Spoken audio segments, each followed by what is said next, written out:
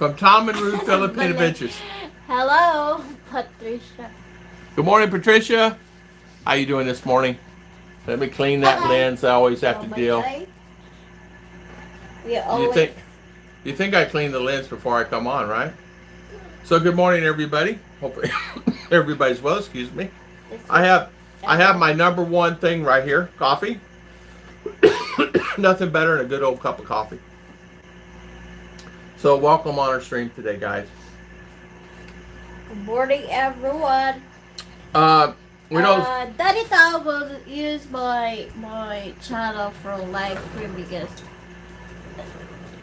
you know the Tama Root Philippine Adventure is bad. D-E-L-E-T-E-D. Oh, you're spelling it, huh? I thought you spelling dead wrong. What? Yeah, the channel. No, I have not gotten any response back. Hello, Michael and Heidi. Hello, Michael and Heidi. Good morning. Emailed them 1, 2, 3, 4 times. 4 times. Emailed. You know, it's like your channel's been suspended. Please tell us the reasons why your channel should be turned back on. So I went in and I sent, reply. I think it was turned off mistakenly. Pork pie, good morning. How you doing, pork? Pie, good morning. And I said, well, why is it turned off? And so I talked to chat, and chat says, well, it says this, which is fair use, means I copied someone's video. But your own video. It's my own video. I did take one video, but this was last week. But they turned it back on, then they turned it back off. It's okay. We'll go fourth. It's okay. It's okay. It's not the first time. Nothing of the world. It's only this much in my life that's happened to me in my life. So it's a little thing actually, but it's a big thing in certain circumstances because there was income. How the turkeys doing? Hey, the turkeys. Turkey is good. They're eating there, and the mama turkey has 11 eggs. Does she really? Yeah. Well, high five, man. High five. So we got. That's third season of her. Yeah, third season of her. She, that's 30, 40 eggs. The 33, 34 eggs, 35 eggs, something like that total, and all the whole bunch. 13 plus 13 plus 9 plus 11, like that. Oh, hi guys. Make my roll after it. Hi. How you doing, my friend? Hello. Hello. How are you? Hopefully everything is well with you. Yeah, in fact, it was this morning. I got up and I said to myself, I'm not feeling well. I'm just really tired. But after you get up, you get your energy up and everything is fine. And it just you just need that jump start sometimes just to get yourself up out of bed. It's like putting gasoline in the car. Jump start. We have a couple people coming to look at the van today, guys. So we're going to try to sell it. Pray for us that it will be sold. And there's actually 3 reasons why that we're selling it. Number 1 is driving in the Philippines can be a challenge. It can be a hard challenge for someone. For me, and I realized after the last 2 incidents that I had, there was no accidents. I mean, look at the ones that's driving now that are vloggers, and look what's happened to them, and it's not their fault. So number 2 is it helped us with our income, because since I lost the income from Tom and Ruth, that put a kind of jolt in there, which is surprising to me they would even do anything like that, but it's okay. A friend of mine was telling me that they watch a couple of dog shows, just to like Omer Chihuahua show, and their channels were taken down also. So Mr. Mike. It's not only our channel. Yes, so it's okay, but I had 2 channels attached to that, so I lost it. So how's Michael and Heidi doing? How's Pork Pie doing? And how's Mr. Mike T doing? My good friend Mike T. Mike T, how are you? What are your plans? Are you still planning? She has to go get a pillow to sit on. I'm going to the Philippines in December. Davao City in December. Pork Pie, high five. It's Hey. September, October, November. Oh, it's been. If we're available, yell. We'll meet. I'll have Ruth buy you lunch. Yes, Greetings. money. Gary T, good Gary morning. T, good morning. Good morning from Oh, San Francisco. I did drop off. I can't get Tom and Ruth back up, but I started Tom and Ruth Adventures. Would you put that link in there? I think everybody subscribed to it anyway. It doesn't matter. Don't matter. Good morning, Sammy. How you doing this morning? Sammy, good morning. Good morning. How is everything, Michael? We're doing well. How's our It's doing good. It's doing good. It's processed. Actually, they're waiting for me to make payment on this month right now, so we can process another piece of pie of that. So Peace, bye. I have to make payment on that so we can get that next process. In other words, I got to pay another fee for RR. I did not realize that having a child it's a stepping process.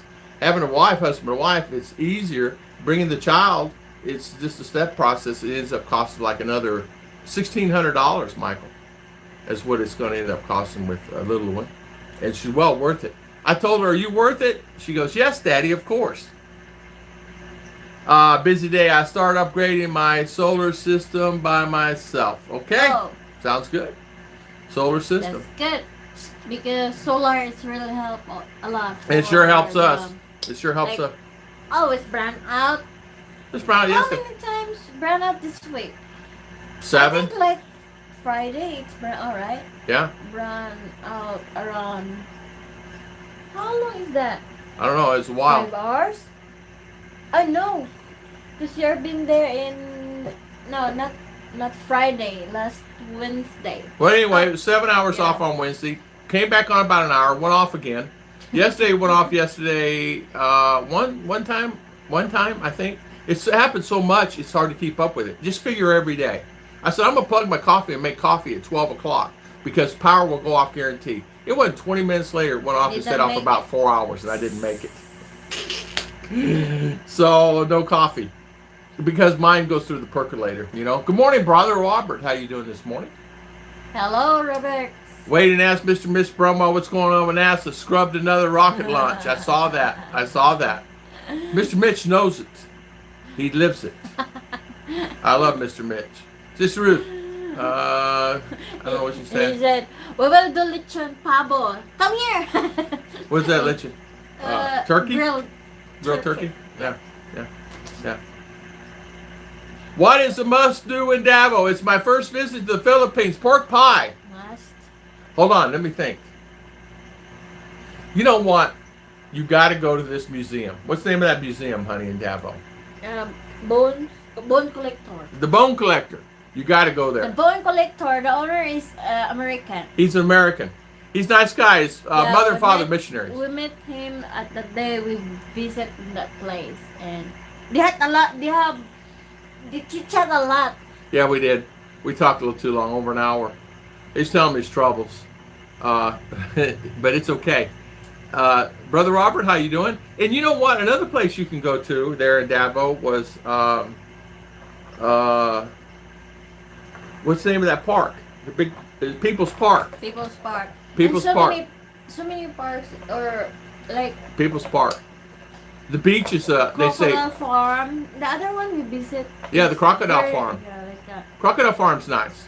So there's 3 places you can go. Also, Philippine Eagle there in Davao. Yeah, I saw It's very nice. I saw the very first deer.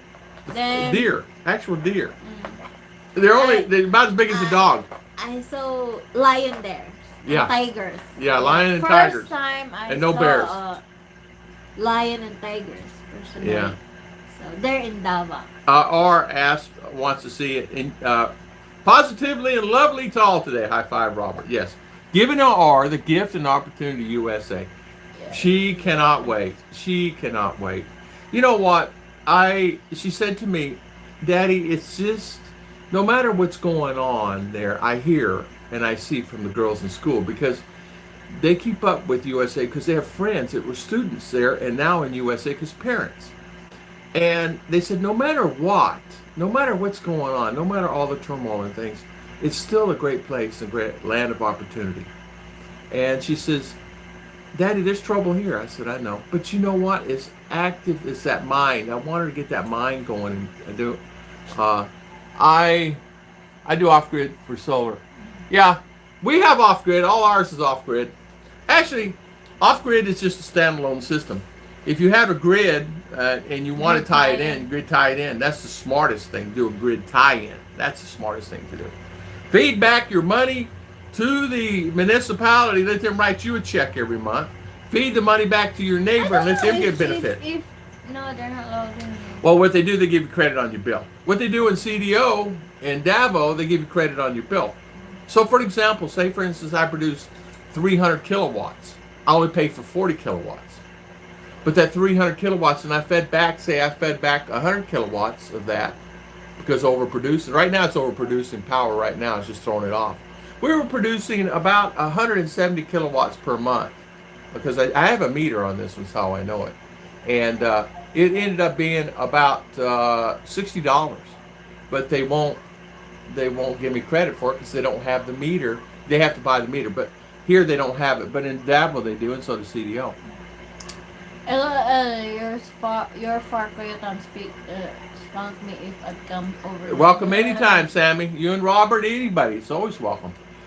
Sammy, glad your house is going well. Kevin and Jima, good morning. Kevin and Jima, good morning. Good morning. How you doing this morning? Thank you so much. I do my best to help my family. Yeah, you know, that's the thing. It helps the family, and going solar would help you, which would enhance more money.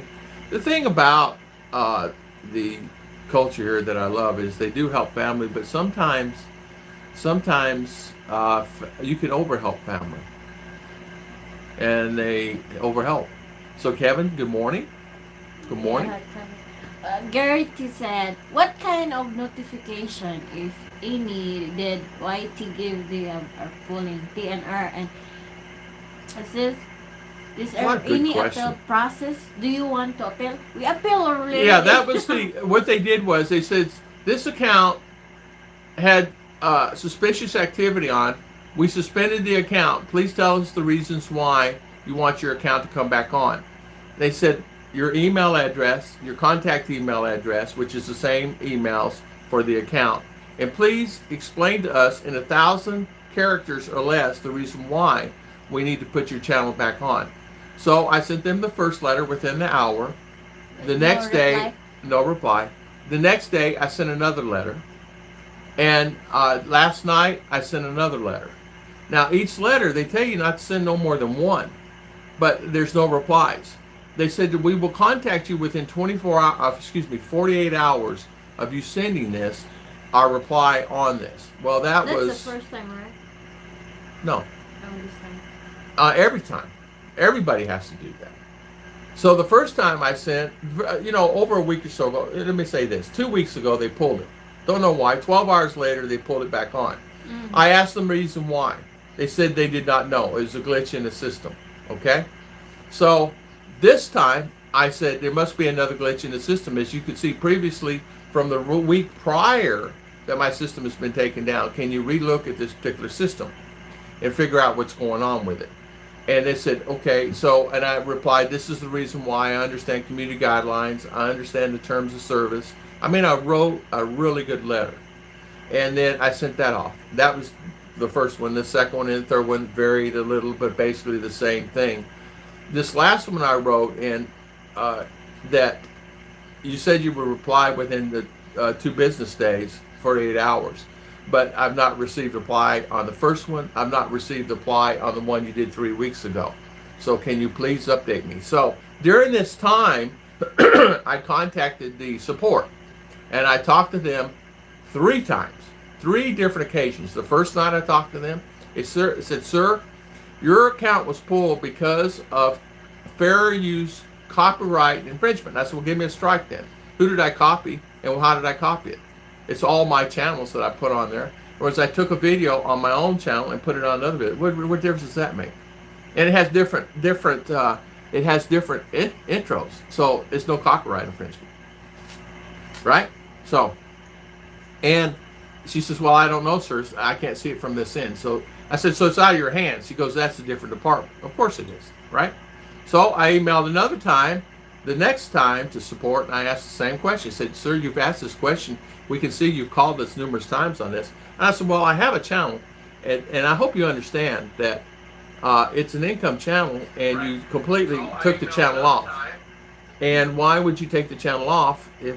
And I don't really know why. I just need to know why. Explicit. You did this, not give me the broad terms. You violated terms of our agreement and this, that, and other. I don't want to hear that. I want to know exactly the reason why. And so I had no answer from them. They really don't, nothing I can do to help you. So I talked to them one more time recently. So I sent 3 letters and 3 communications, still no replies, no emails, no nothing. I mean, nothing. So it's in limbo. So during this time, I decided, as you guys know, I opened up Tom and Ruth Adventures, which all you guys already know. You wouldn't be here this morning, right? Or you're on Ruth's channel.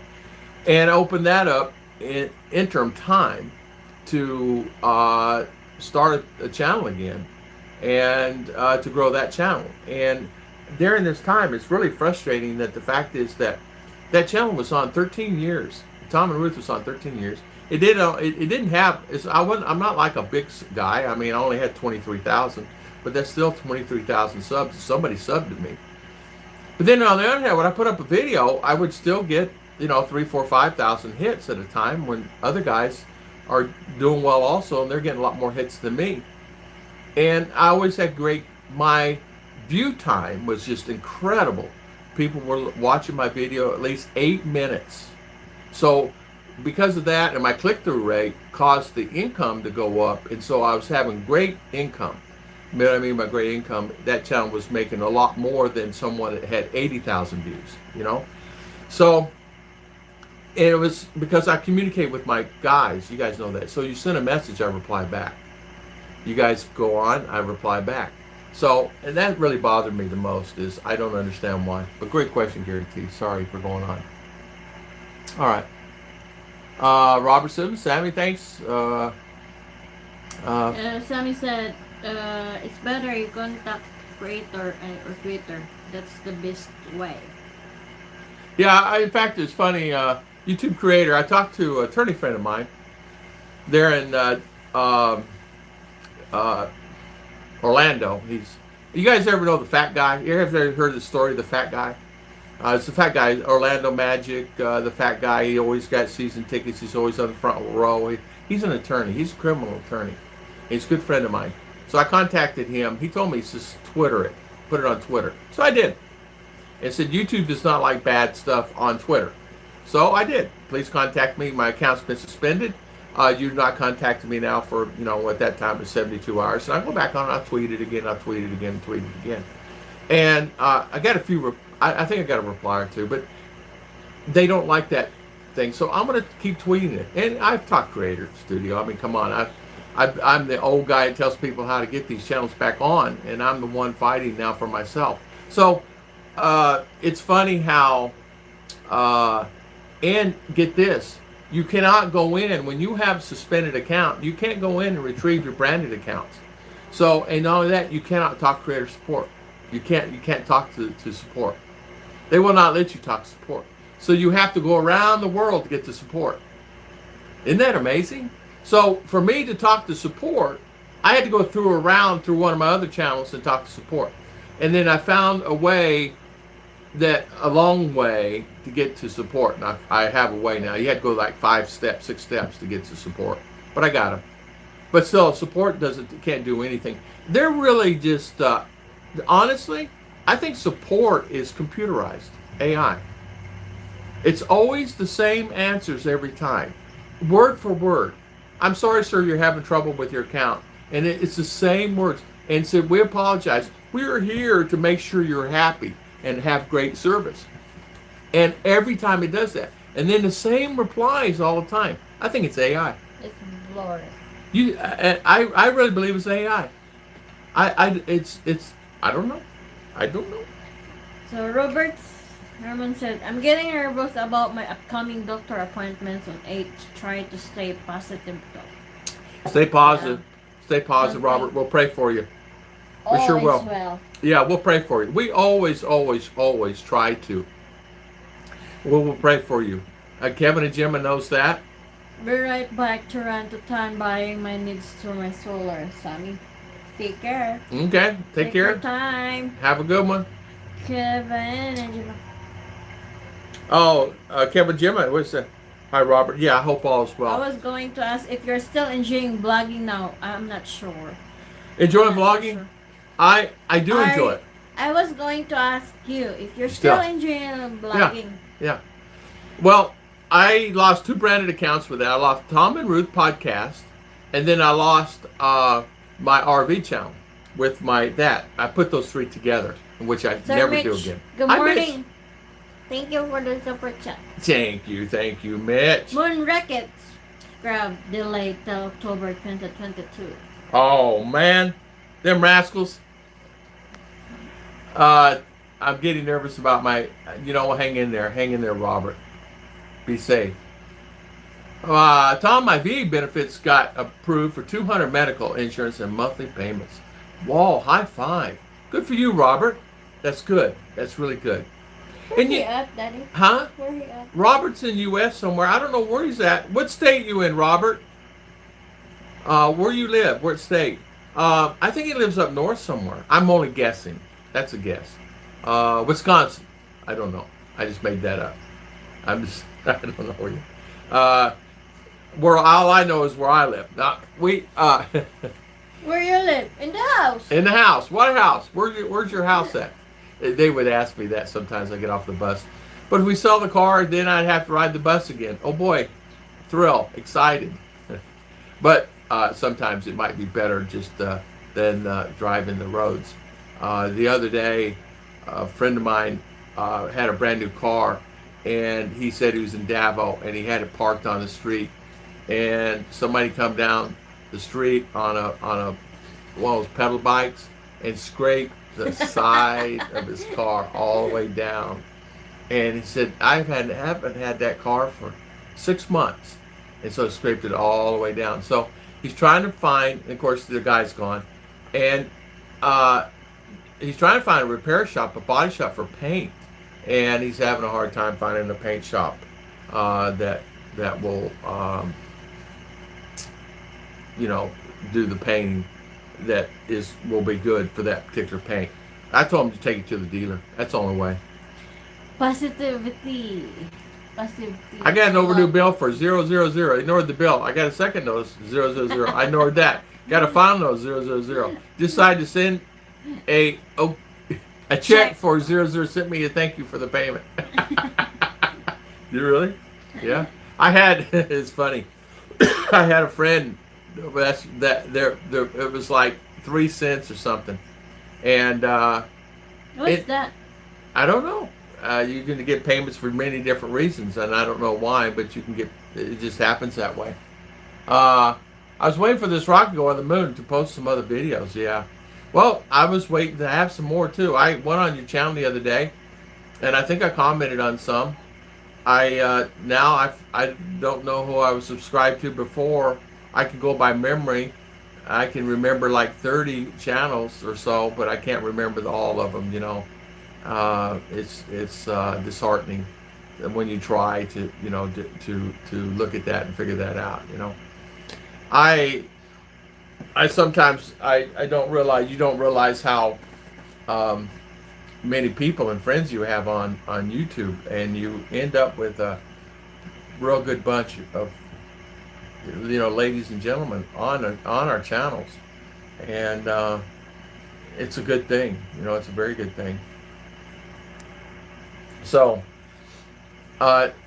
anyway, I was going to say also that the positive note on everything is, here's something that's very positive. I started doing that podcast channel, and it's slowly growing, and it's on Spotify, as you know, it's on Amazon, it's on Pandora, it's on iHeart, it's on Sirius, and I got 10 downloads yesterday, 10 downloads the day before, 15 downloads the day before that, and which is a good thing.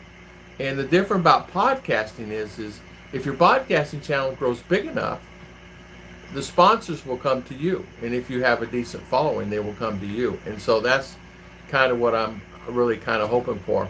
I was talking to a guy that started just by email, started his channel with podcasting, and he told me he started like I'm doing, and now he's getting like 1,000, 1,500 downloads a month, and he's making about 60 grand a year. Yeah, off of it. That's good. That's what I said. I said, really? On podcasting? He goes, you wouldn't believe it. It's a different world. You're in YouTube world where you're getting $1, $2 per video when you put it up, $3 if you're lucky.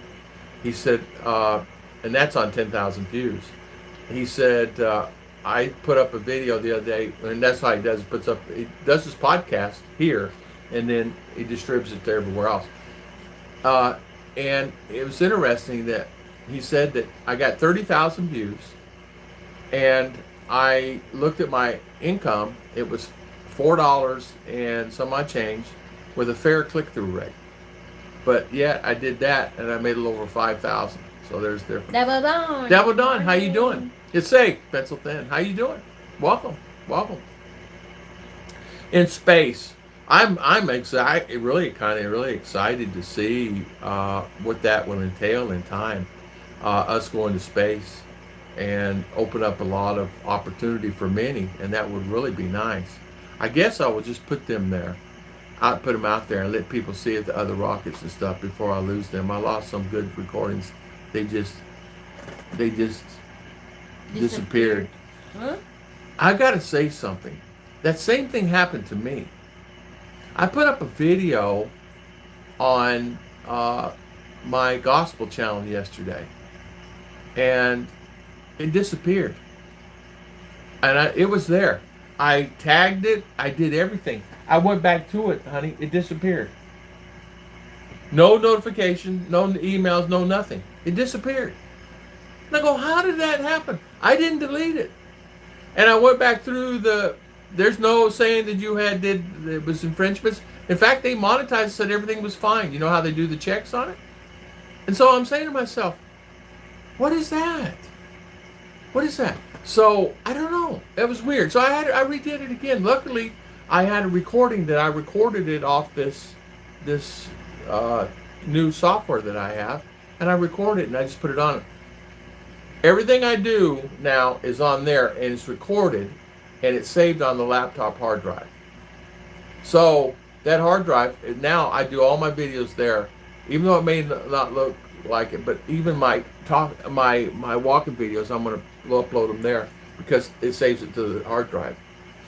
And all I did is put it back on. It's fine, and I think it ended up getting a lot of views yesterday, so that was good. I go, why was it deleted? So it did. Oh, thank you, Mr. Mitch. High five. High five. High five. Thank you. I put them out there. A lot of people see that. Yeah. I don't know. You put them out there. Just put them out there. I would love to see the one, Mitch, that you have. That were the old shuttles, the Apollo, and all that. You went to the graveyard. Do some videos on that, man. You're right there on thing. The video that you did when you're standing in front of the rocket. I love to watch that. We're gonna go. Was that other that we saw? Yeah, Like. Yeah. And it's so loud, I honey. want to watch that personally. Yeah. And you know what's nice? What? You can go right, not right where he's at. He has special pass. But you can go and you can watch him like off to the side and watch him go up, and you can see everything. It's really nice to see. It's really a good thing. Yeah. What I'm gonna do is I'm gonna also take and I'm gonna do videos. See, another thing that bothered me also, I had about 10 videos on that other channel that I keep in reserve. Like, I feel sick today. I don't want to do a video. I just upload a video that I already did, and it was used a lot of times as relationship issue videos. No, what? Only that when you upload a video, then it's deleted. It's not only the one. you only want experiences as many people experience about that one. Or what's the deal with that one? That's a very good question. I don't know the answer to that. I really don't know. I wish that I knew the answer, and I don't know how mine disappeared yesterday. Right in front of my eyes, it disappeared. And so I did not go to YouTube and say, hey, what happened to my video? And it didn't happen to me. So I don't know. I'm kind of done with creator support. To be honest with you, it's great for like, hey, I changed my password. Is it okay? Or I got hacked, like that. But I deleted after posting them. you deleted it. Okay. Yeah. Gertie said, Ruth, what are some places in the States that you are hoping to visit? We're talking about the other week about that one, but I said I will visit all states. Char. Now, if if God will give us an opportunity to come there, to visit there, and approve our visa, I will visit many states. Charot. So, I don't know what that word means, but okay, you're happy. She's going. Just, I want to go this place, and I will make a board, travel board like that. One picture on the significant states, then I will collect like souvenir. Then I will put that on the board. On the board. That's what she wants to. Huh? Yeah. Hello? Yeah. Really? Yeah, he's right. Jetty Park, yeah. Jetty Park at Carnival, the live stream of your lunch. Oh, could you imagine? Would you be happy? Yes. Yeah, but I will not be happy this time because we're not there yet. The other day, I said, would you like to go see the Grand Canyon? She goes, yes, of course. Yes. And then she goes, I want to go dumpster diving, Joe. oh, no, don't. I want to sell what's flea market. She wants I to want go. to sell my cake. She wants to sell her cakes. You know what? I'll make it happen. I'll make it happen. I'll make it happen. God's willing, Daddy. God's willing, of course. God's willing. God's willing. Hey, God's plan is better our plan. yeah. Here's the thing. She this morning I don't know if I should say this, but she kind of hit me up with something, and I say it's fantastic. Yeah, it's okay. She wants to do other things when she gets to U.S. Maybe she wants to go to school. What kind of school would you like to go to? Secret. Okay. She wants to go to cake school. Right? She wants to learn more about cakes. Yes. I want to be an expert of cake decoration. You kind of That's are it. now, to be honest with you. To be honest with you. She wants to do more to edible icings, edible printable whatever. ink. Printable ink. Okay. And then to make a bucket Omer, list and get sticker for each place. Daddy, Exactly. look at Omer that is biting my hair. Elmer, get your bone. Sit down. Too, she kind of does. She wants to go to different places. I want to take her. Well, it's a monetarily thing. No. I want her to see Niagara Falls. I want her to see the city of New York. I'm gonna get JG and I'm gonna have him take us around because I don't know. No, I don't. And if I'm going to Buffalo, I do. I know my way around there very well. But if it's New York, I've been there many times. And I've stayed there. But I want him to take us around. Yeah. The JG version. Rose need to make a bucket list and get a sticker for it. Yeah. Yeah. That's sticker. That's my plan. The mini sticker. Then our first is each stage that we visit, if we go to church, is the church there. Oh, and we will have a picture in front of the church, then put in that. Okay. In the board. There you go. Our buy board. She wants to go to SD's church. I say, okay, we'll go. It's not a problem because you know what? It's okay. Here's something too. It's about enjoying life, and I want us to enjoy life. Not saying it's great, man. We can go here and go anywhere we want. It just takes forever to go somewhere. And there, Yeah, I can be in Orlando And by nightfall, I can be in Atlanta or Savannah in 3 hours, right? 4 hours from Orlando, about 4.5. And I can be in Savannah and all the great areas in Savannah. I told her Savannah. She says, "What is Savannah?" I showed her pictures. I'm talking, this is old. I said, Great Smoky Mountains. You guys, of course, I've been to all these places. Take her to Yellowstone. I've been to Yellowstone. I'm going to take her all these places that she's not experienced. I'm going to take her places like El Paso. I'm going to take her Reno. I'm going to take her to Las Vegas. Paso. If I can do it. And it's all about just getting in the car and going. We will just like come. And not necessarily spend money. I'm not saying spend money. We'll eat. Must be no notification. Yeah, because it's been a long time we did not. Yeah, that's exactly right. That's exactly right, Mitch. Once you spent a long time not doing live streams, yes. It's not really like pop up there. The other day, it was like I had 600 on the stream, and I was like incredible, and I had to cut it off because Ruth was doing something, and I said, "Are you kidding me? 600 people," and I had to go. And I've never had 600 people on my stream. Yeah, the never. time that Never. someone buy turkey here. Yeah, I was there buying turkey. Jay was buying a turkey. And then last week, I don't remember, it was 100 and change. Orlando to Key West. Oh, yes. Yes, that's right. The other day, she asked me, "What is Miami Beach?"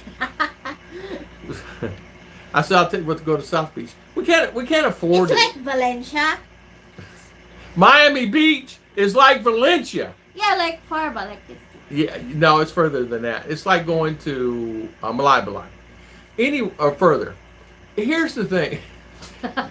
Yeah, Valencia City is like Miami, right? Davo's like Miami. Davao. No. No. No. The infrastructure of Miami is better. The beaches in Davao, they said they're cleaned up. We couldn't get to the beach before there, but if they're cleaned up now, we had taxi driver take us to the beach. Says, "Sir, there's no beaches here. There's overrun with people now of squatters." I said, "Okay." They're cleaning it up though, and they did clean it up. They did clean it up. And we will do our vlog every state we go. Yeah. Or we're on the way to I'll be doing many vlogs. Yeah. The lady said to me the other day, she said, and support really kind of got me the most, it's really bothered me, was support. She says, "You will never, your account says it's been suspended, but I think it's terminated, and you may never be able to stream on YouTube again." And I said, right in my mind. Okay, so if that's the case, why does so-and-so, and I mentioned the name, has 25 accounts and he's been banned in 10? No, it's Mr. the only one. The biggest blogger, huh? So many channels cursing. Yes. Like that. Showing things. And I'm saying, you're right. You got mine. You're bugging me for talking head videos. That's all I do is talking head videos. Garrett said, "How about this intro to your vlog, where you are in the States?" So where we are, Tom and Ruth and RR Oh, today. what a good idea. Oh. That'd be a good idea. Look behind me. Guess where I'm at. Yeah, and then do it that way. I'm talking to Claude. Claude's excited. Claude and Jessica are the best decision they made is go back, right? So Claude's channel's growing because he's doing videos there in U.S. and doing different type videos. But he was telling me that it's okay. It's better for him where he's at. He said actually they're living quite well. He's paying $760 a month on living there in a house, and it's furnished electric. It is furnished, and so is internet. Internet's kind of poor, he said. But other than that, he said it's ideal. Transportation there, there is a transportation service. He calls it 2 days in advance, and they come pick it up, and it's no charge. And they have a special on that right now, he said. So a shout out for him for that, and that's good. I'm glad he's happy and he's contented. Here he's happy and contented, and he loved the Philippines. And it's all about where you live here. You guys know that. The Philippines, great place, but it's about where you live. Make sure you find the place you want to live at, right? But I know for longest time. Says, I went to Pearl Farm 1980 in Davao, and it was pristine. Where? Davao. Oh, Pearl Pearl Farm, Farm. 1988. That was pristine. Yeah.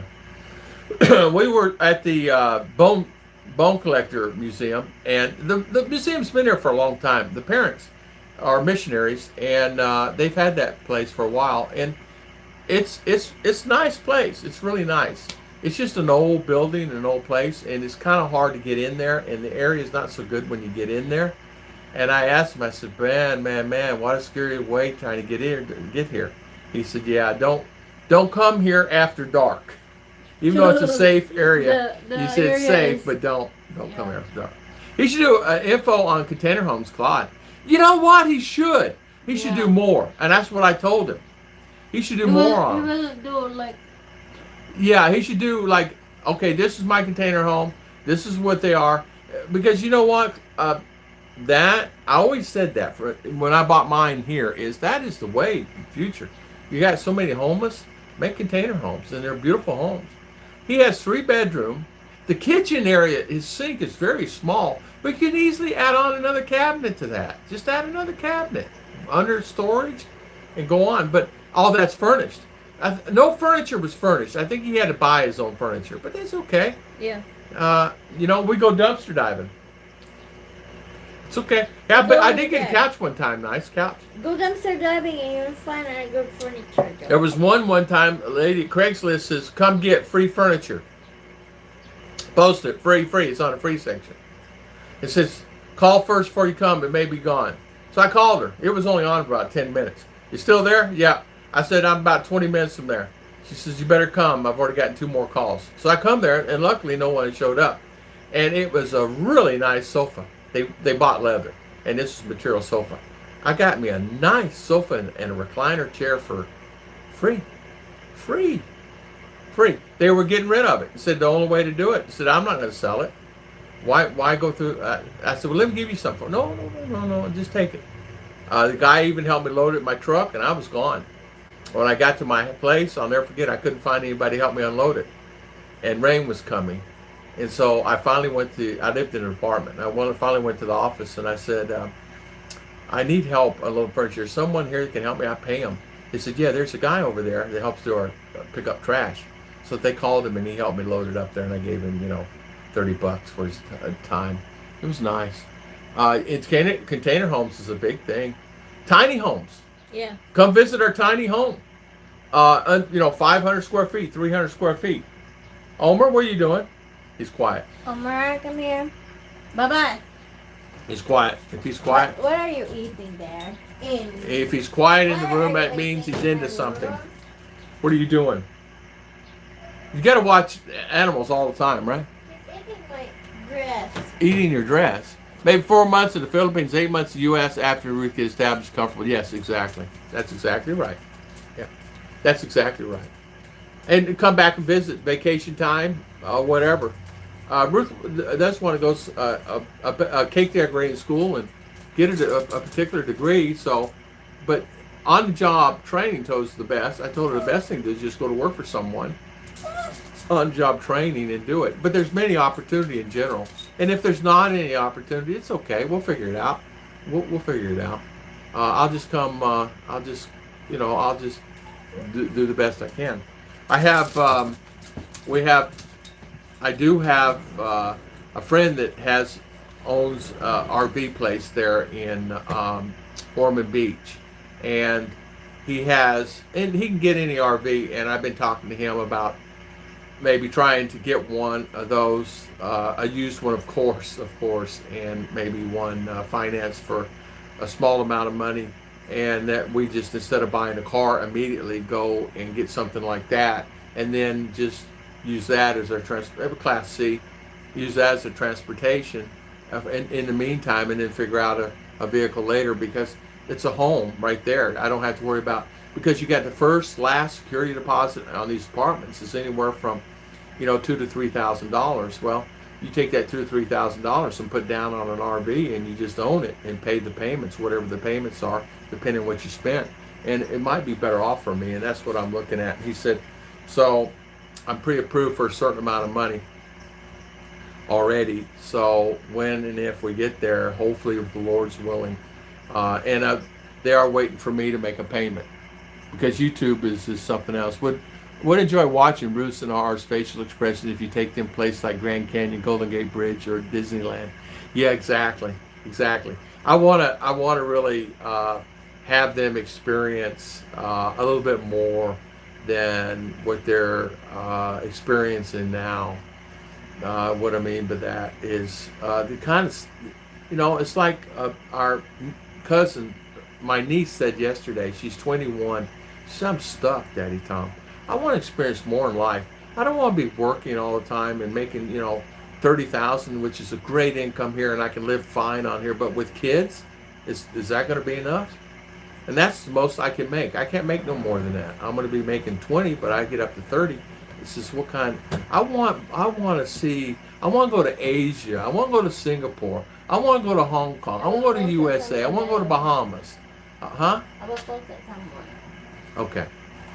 I want to go to Bahamas. I want to go. I will go to Bahamas. Yeah. And that's what that's what they said. They want to experience what she said. She said that she's a student for nursing, and so I think it's a great idea. Offer more opportunity and see more of the country. And even here, it's great places to go and visit and stay. But I said to Ruth the other day, she saw a show and she saw the desert, and she asked about the desert, and she said, where is desert at? And I said, well, I explained to her where it was at, and explained what state that looked like. I don't know where it was, and I said, I explained to her it's different areas. I said, there's one down in California, and we can go there, and I explained it. I said, we can even go to Mexico. We can get into Mexico and come back, because I don't want to go to Mexico. I want to go stay in the States. So, and I plan on taking her, I want to take her to San Antonio, I want to take her to Houston. Of course, monetarily it's going to be an issue. And then I want her, she wants to work. She really wants to work. She wants to make income, and some type of income. And so I agree with her. I use free cycle and give away new furniture, TVs, clothes, and the people can use this stuff. The people can use it, not in dump. Exactly. Yes. And Mitch, that's such a good idea. So many people out there that really need items, and I did the same thing when I had my house. I said I had a lot of furniture. I mean, a lot of furniture, and a lot of furniture I bought wholesale, because I had a wholesale furniture store at that time, and I gave it away. I literally gave it away, and for people that needed it, because there was, as you know, there's a lot of Mexicans in my area, because they would cut tree fern and things like that for the fern industry there in Pearson. So, and I would give a lot of that to them, and they ended up with some nice furniture. And I'm sure, well, I know they enjoyed it, and they are like Filipino. They paid back immensely, many times. They paid back immensely. I could call my buddy, and he was like in charge of all the crews. And I said, I need 2 guys today. Can I borrow 2 guys, because I'm going to do hood cleaning tonight? You got 2 guys who want to make a little extra money? He said, yeah. So they would work with me, and that's how I got a lot of my workers for hood cleaning. And they were really good workers, and did the best job. And sometimes women wanted to come and do it. They'd bring their kids, which is fine. I said, you have to stay outside. You can't come inside the building because of insurance, But they would come. They would ride in the truck and go and we would go and clean hoods. But I enjoyed that giving away stuff and helping, But you're right about that. Not in the dump. There are times I did throw away stuff in the dump, though, because as you start over a couple times, you get a lot of stuff. But I noticed too, you gather a lot of stuff, and there's many great ways of getting items that you would need to live in. I told Ruth, I said, man, get a blow-up bed. I slept on the floor here 2.5 years on mats, not because I didn't have the money.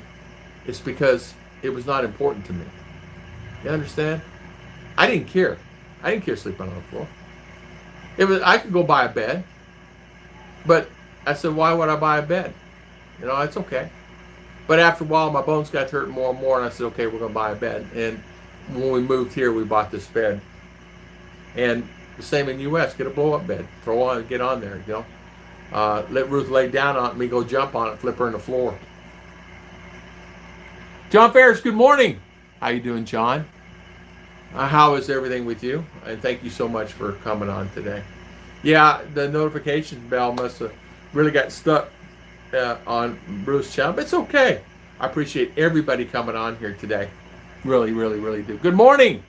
Good day. How you doing, John? Love your videos. I'm glad you're doing shorts. That's really a good idea. To enhance your channel, the best thing to do is do shorts, short videos.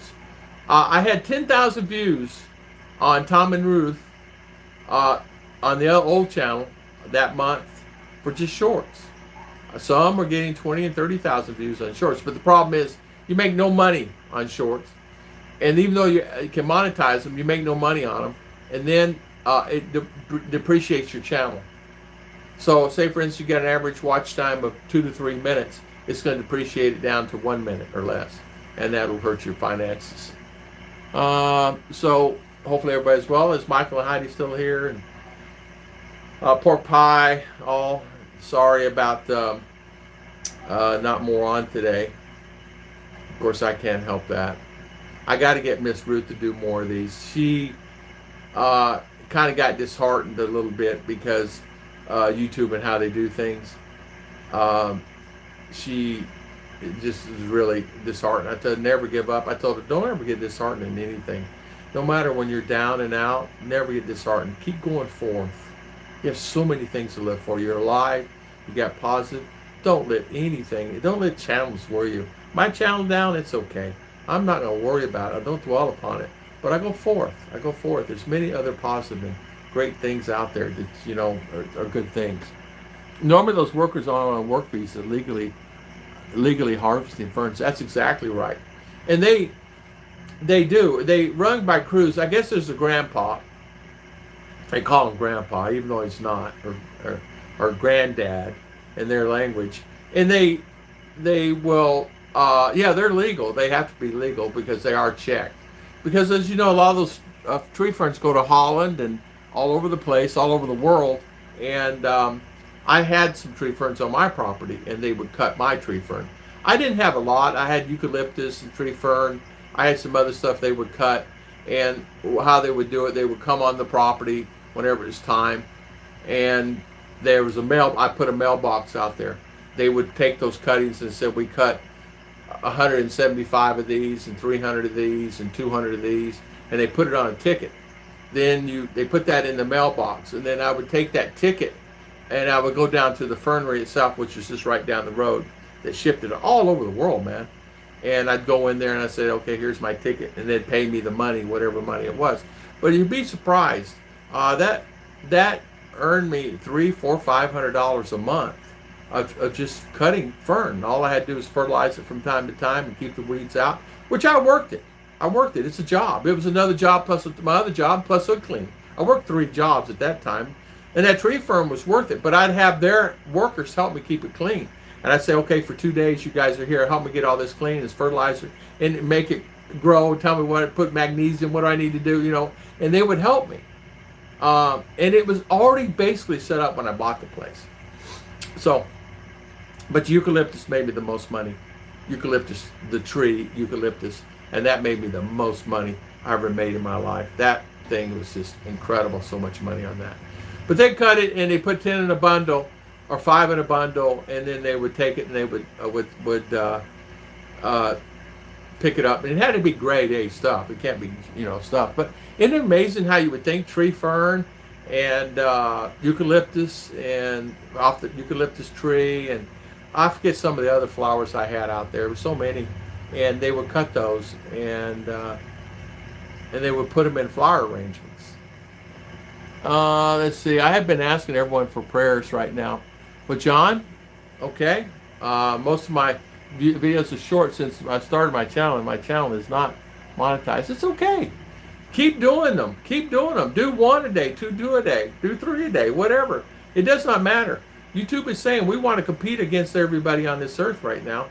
for TikTok, and TikTok is saying it's okay. You keep doing what you're doing, but YouTube, that's what they're doing. They're giving so many valuable things on these shorts, and you may end up getting 2,000 views on one or 10. I think Claude got 18 or 20,000 on his Saudi trip in an airplane, so which is good. And I think John, we'll pray for you. We sure will. I think you should. If you think about it, just do a video a day, short of anything. It doesn't matter. The simplest thing sometimes ends up being the most. It really does. The simplest things always end up being the most, you know? I'm not on TikTok. Well, I'm not either. I'm not a TikTok guy.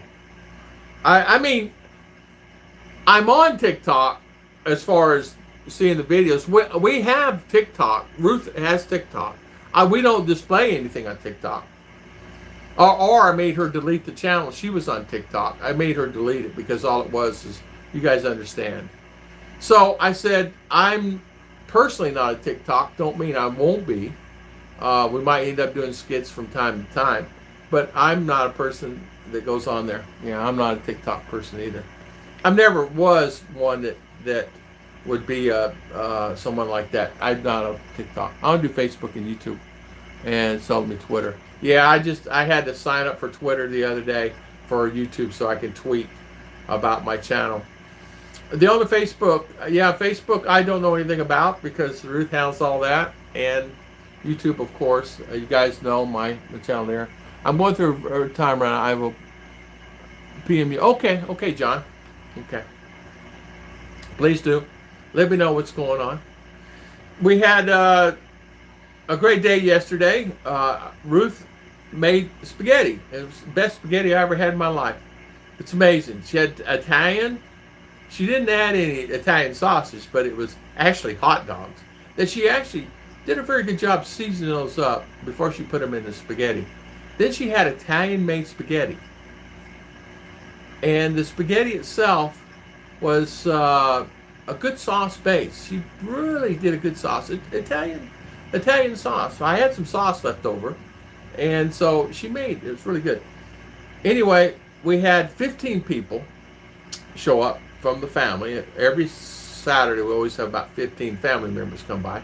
Then some of the church, they ran out of food at the church, so they sent some kids over to eat. That there was not enough food at the church for them to eat, so they came over to the house yesterday, and Ruth luckily had some rice, and she had other things that they could eat, and so they had spaghetti and some other stuff, and so there's plenty of food for everybody. I think we ended up having like almost 30 people here yesterday.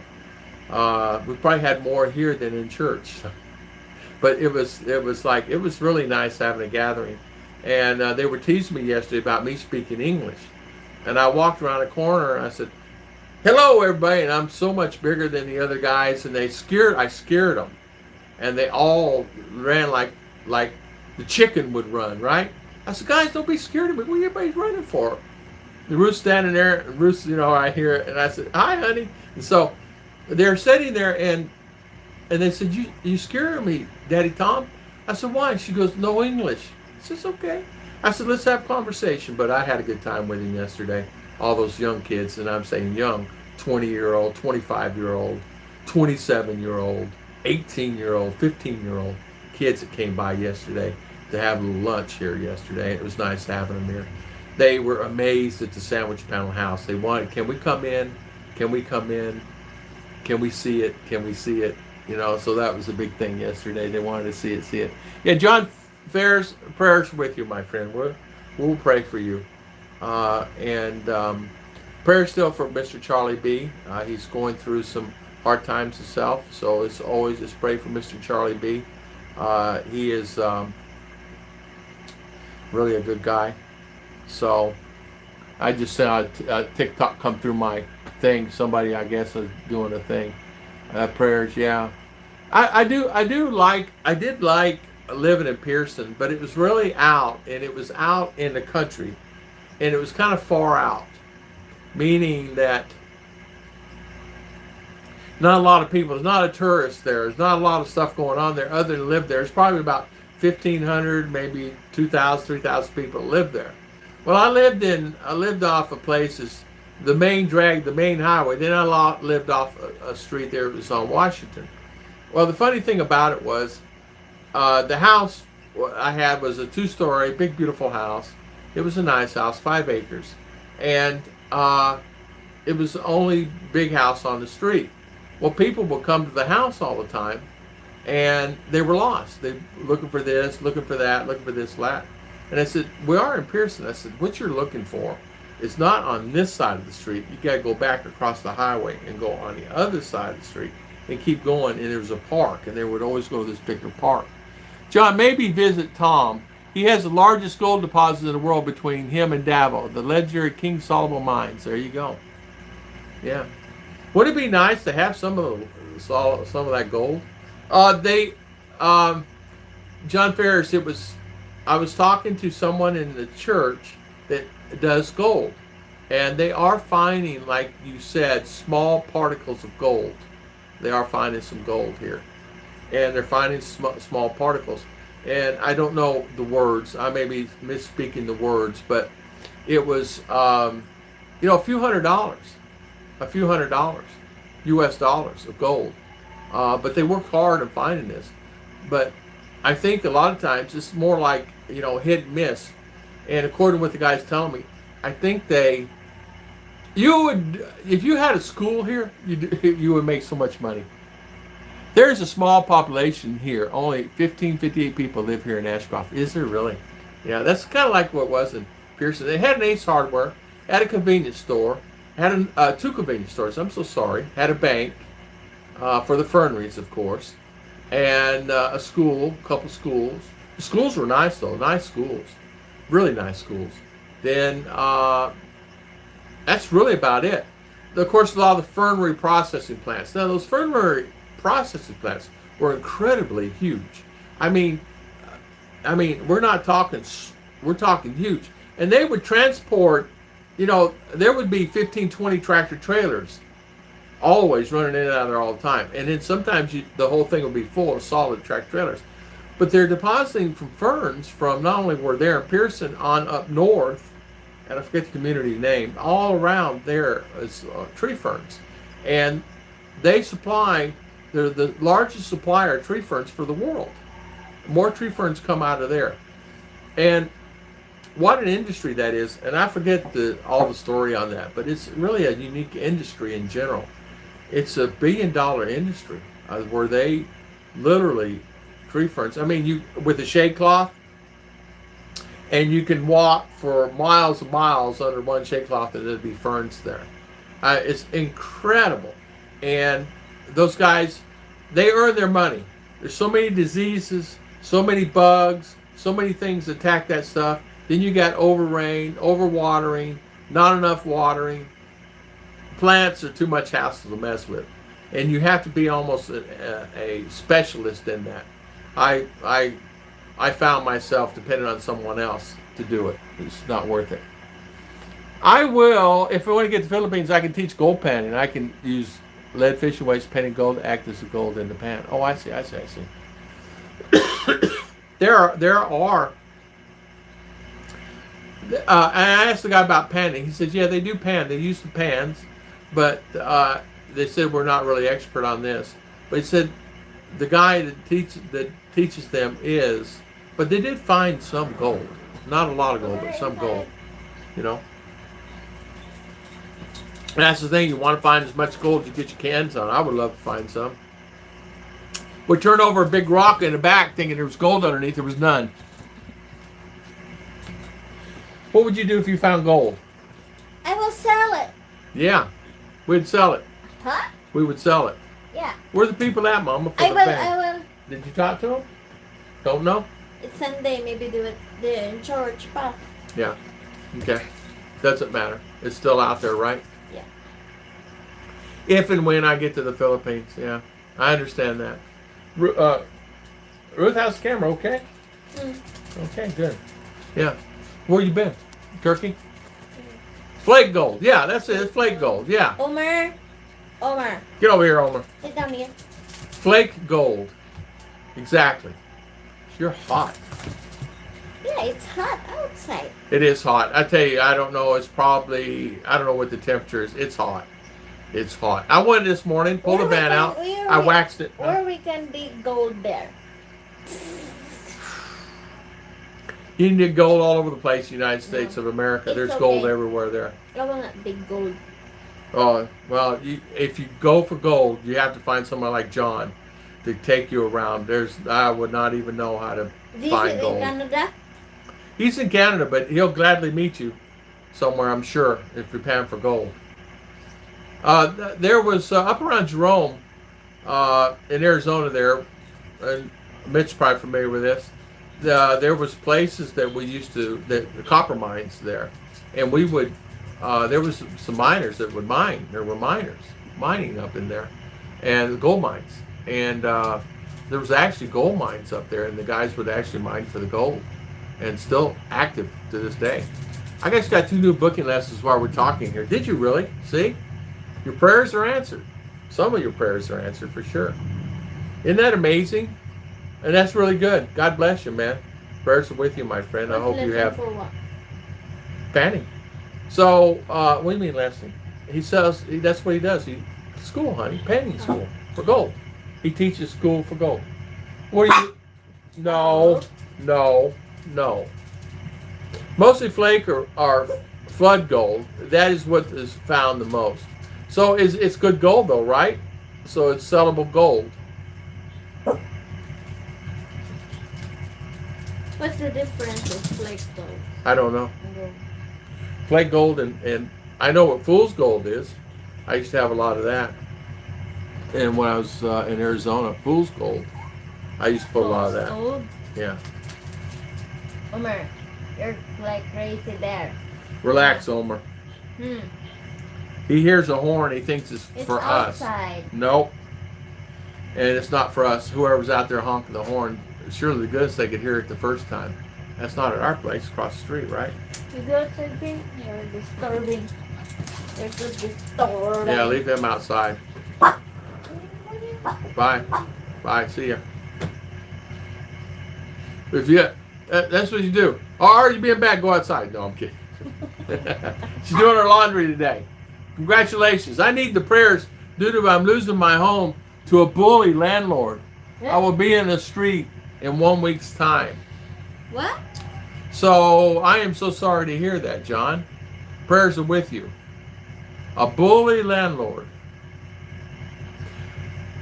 Is there a way? I don't know. Prayers. We'll be praying for you. We'll send prayers. Bully landlord. Buy you a tent. Go on some of the property until you get situated. Or you buy RV. Yeah, we're buying RV. Yeah. Buy you something removable vehicle. Yeah, they get mad, you move it. Move. My friend that lives in Manhattan has a house that he is.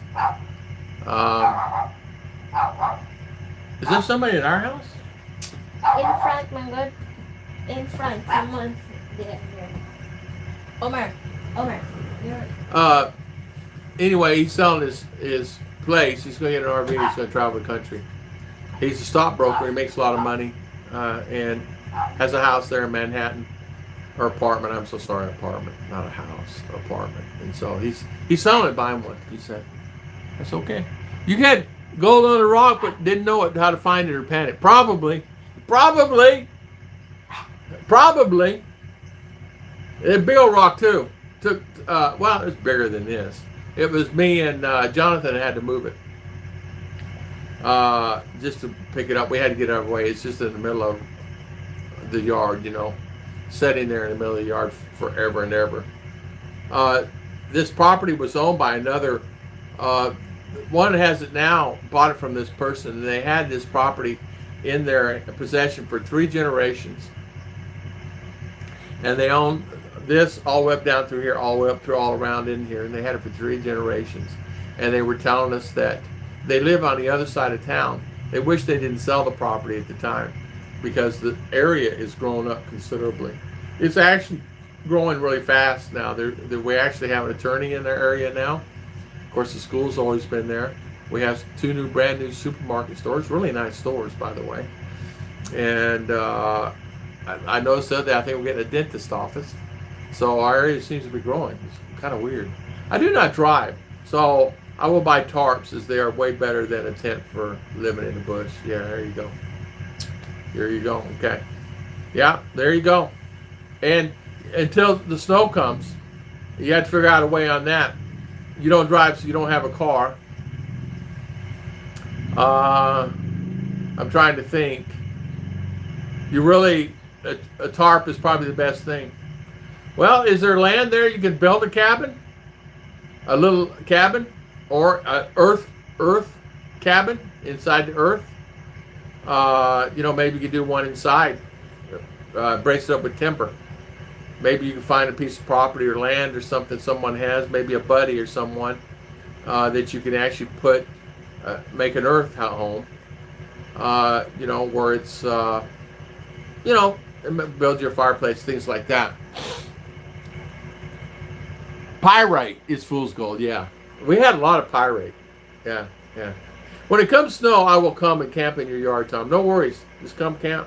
We have an empty house over here, John, so no worries there. You have to ask Mitch. That's his stomping ground there. The house is empty. What we're doing is we're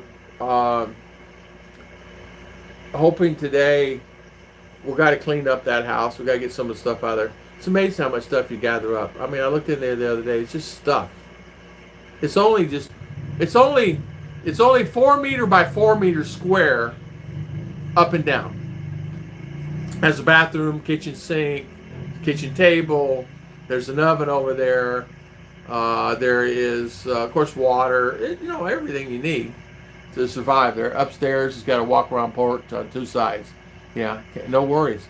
The 5 indicators of finding gold is pyrite, black sand, native copper garnets, and serpentine. Pyrite and black sand. There was probably gold where I was at when I was a kid.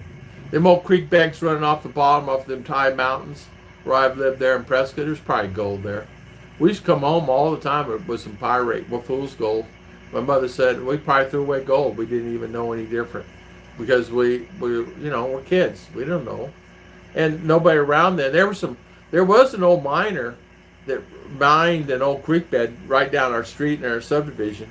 And he actually owned all the land and sold it all except for his old house with an outhouse. And he had that house for years, and we used to go down there and visit with him. And he did panning right there in that creek bed. And he showed us gold that he'd gotten out of that creek bed. And, the little nuggets, like you said, some flakes. He had quite a few nuggets in a jar. I said, aren't you afraid somebody's going to steal your gold? You had no lock on the door. It was like a old piece of leather from a shoe, and you just tied it on a hole. I said, he goes, no, I'm not worried about it. I guess I got me my Smith & Wesson in there. So, but he lived there a long time.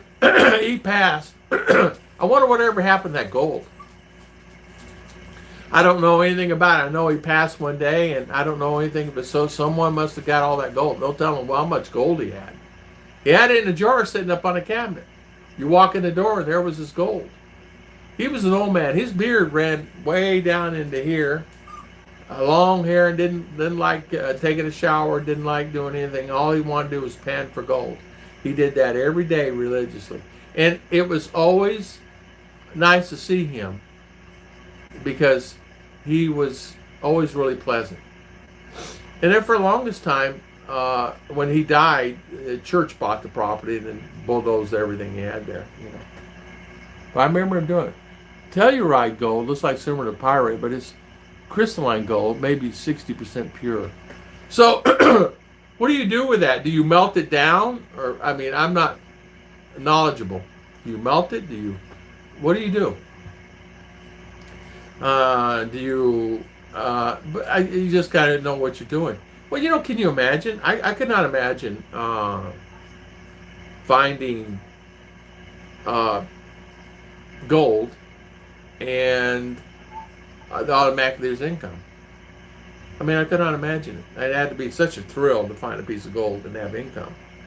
John, do the people get to keep the gold when they find it? So if I come there, like the two girls from Israel came, do they get to keep the gold? They found gold in their pans. There was some gold in that pan. I don't know how much it's worth. So do they get to keep that, or they share it with you, or percentage? What is the deal with that? All gold gets smelted for purity unless it's a nugget. I see. Oh, really? How much would you, let me say this in the country, how much you reckon they got for that? How much money do you think that was worth that they had in their pans together? And they got gold. Man, I'd be down there every day. I'd be worse than Ruth fishing. I would. Get me hooked on that, I would. Oh man, I'd be there morning, noon, and night. Where are you going? I'm going down to get some gold. Yeah. So what was that worth? That would be really nice having some of that gold.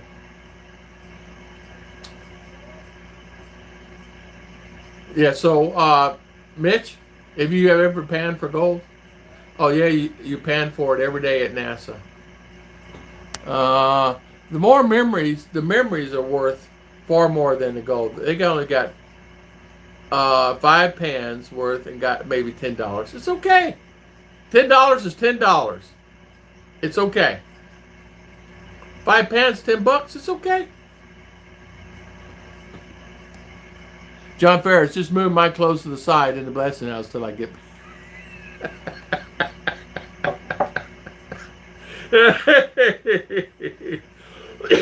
Mitch, you were so funny.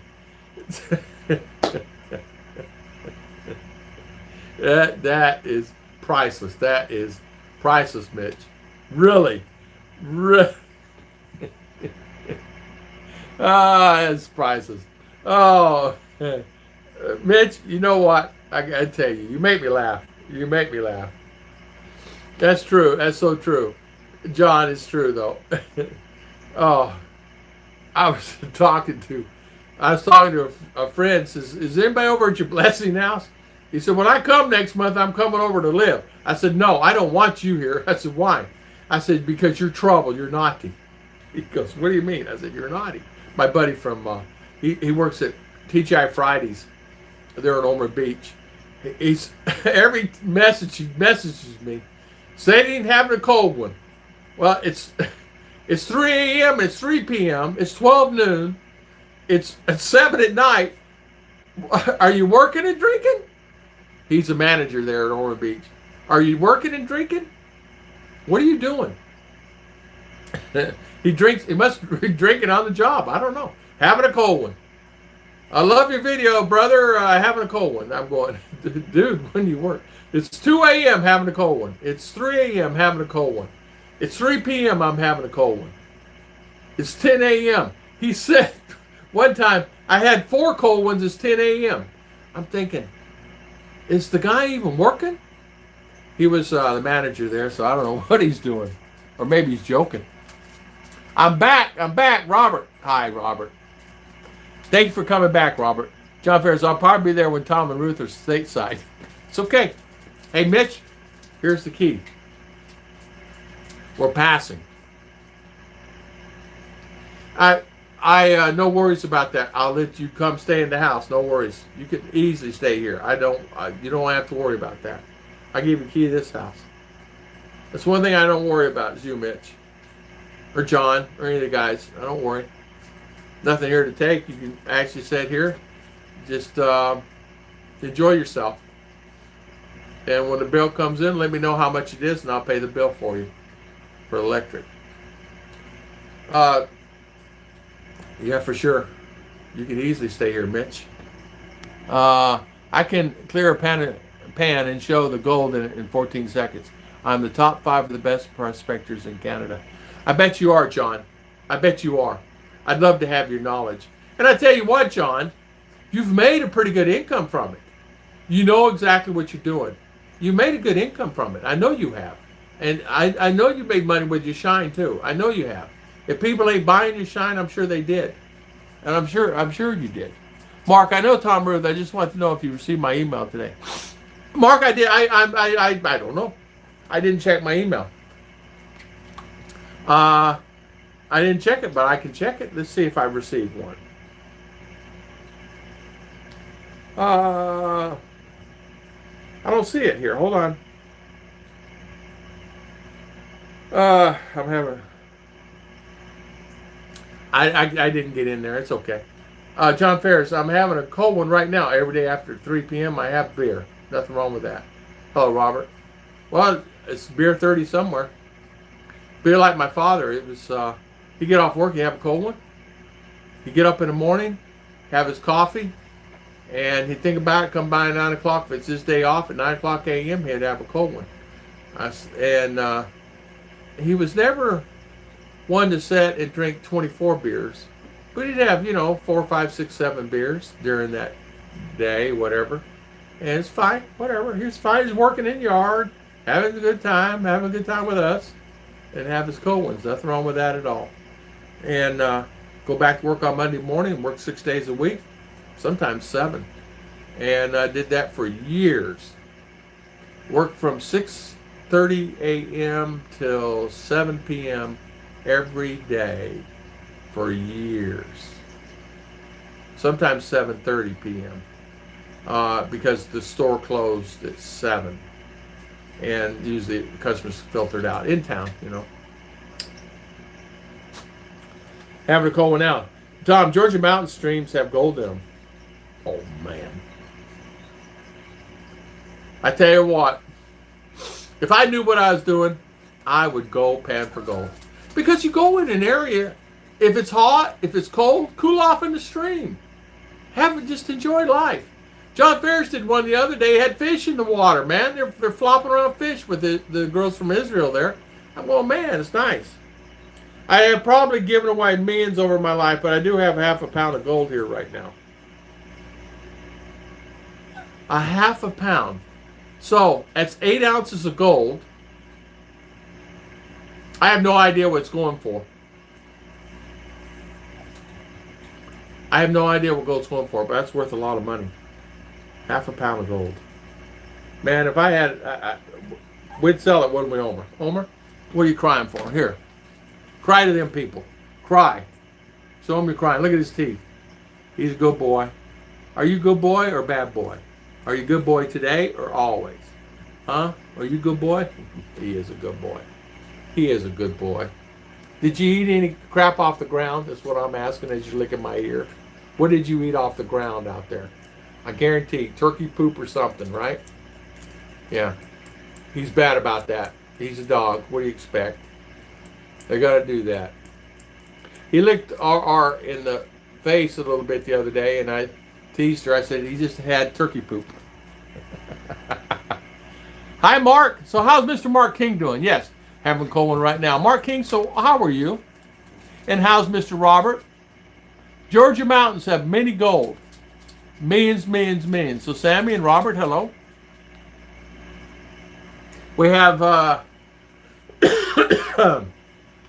millions and millions. Homer's inside. He's inside. Actually, I have 18 ounces, and it's going for 20 an ounce at this time. Whoa. What's 2,000 times 18? He's got $34,000 in gold. 35,000. High five. I would give me a tarp. I'd build me a place. I would build me a cabin of some kind, or make you a cabin out of tarp or something. That's too cold there. You can't do that. I would figure it out. I don't know what I would do, because lumber is so expensive there. To make something there is impossible. You'd have to go somewhere where you could get the timber yourself, or a piece of property where they get you timber. 18 ounces, so $35,000. Hey, honey, you got more than that there, maybe 40. Would you mind pouring me another cup of coffee? So I drank my coffee. I don't care if it's cold. You had to put some sugar in it, though.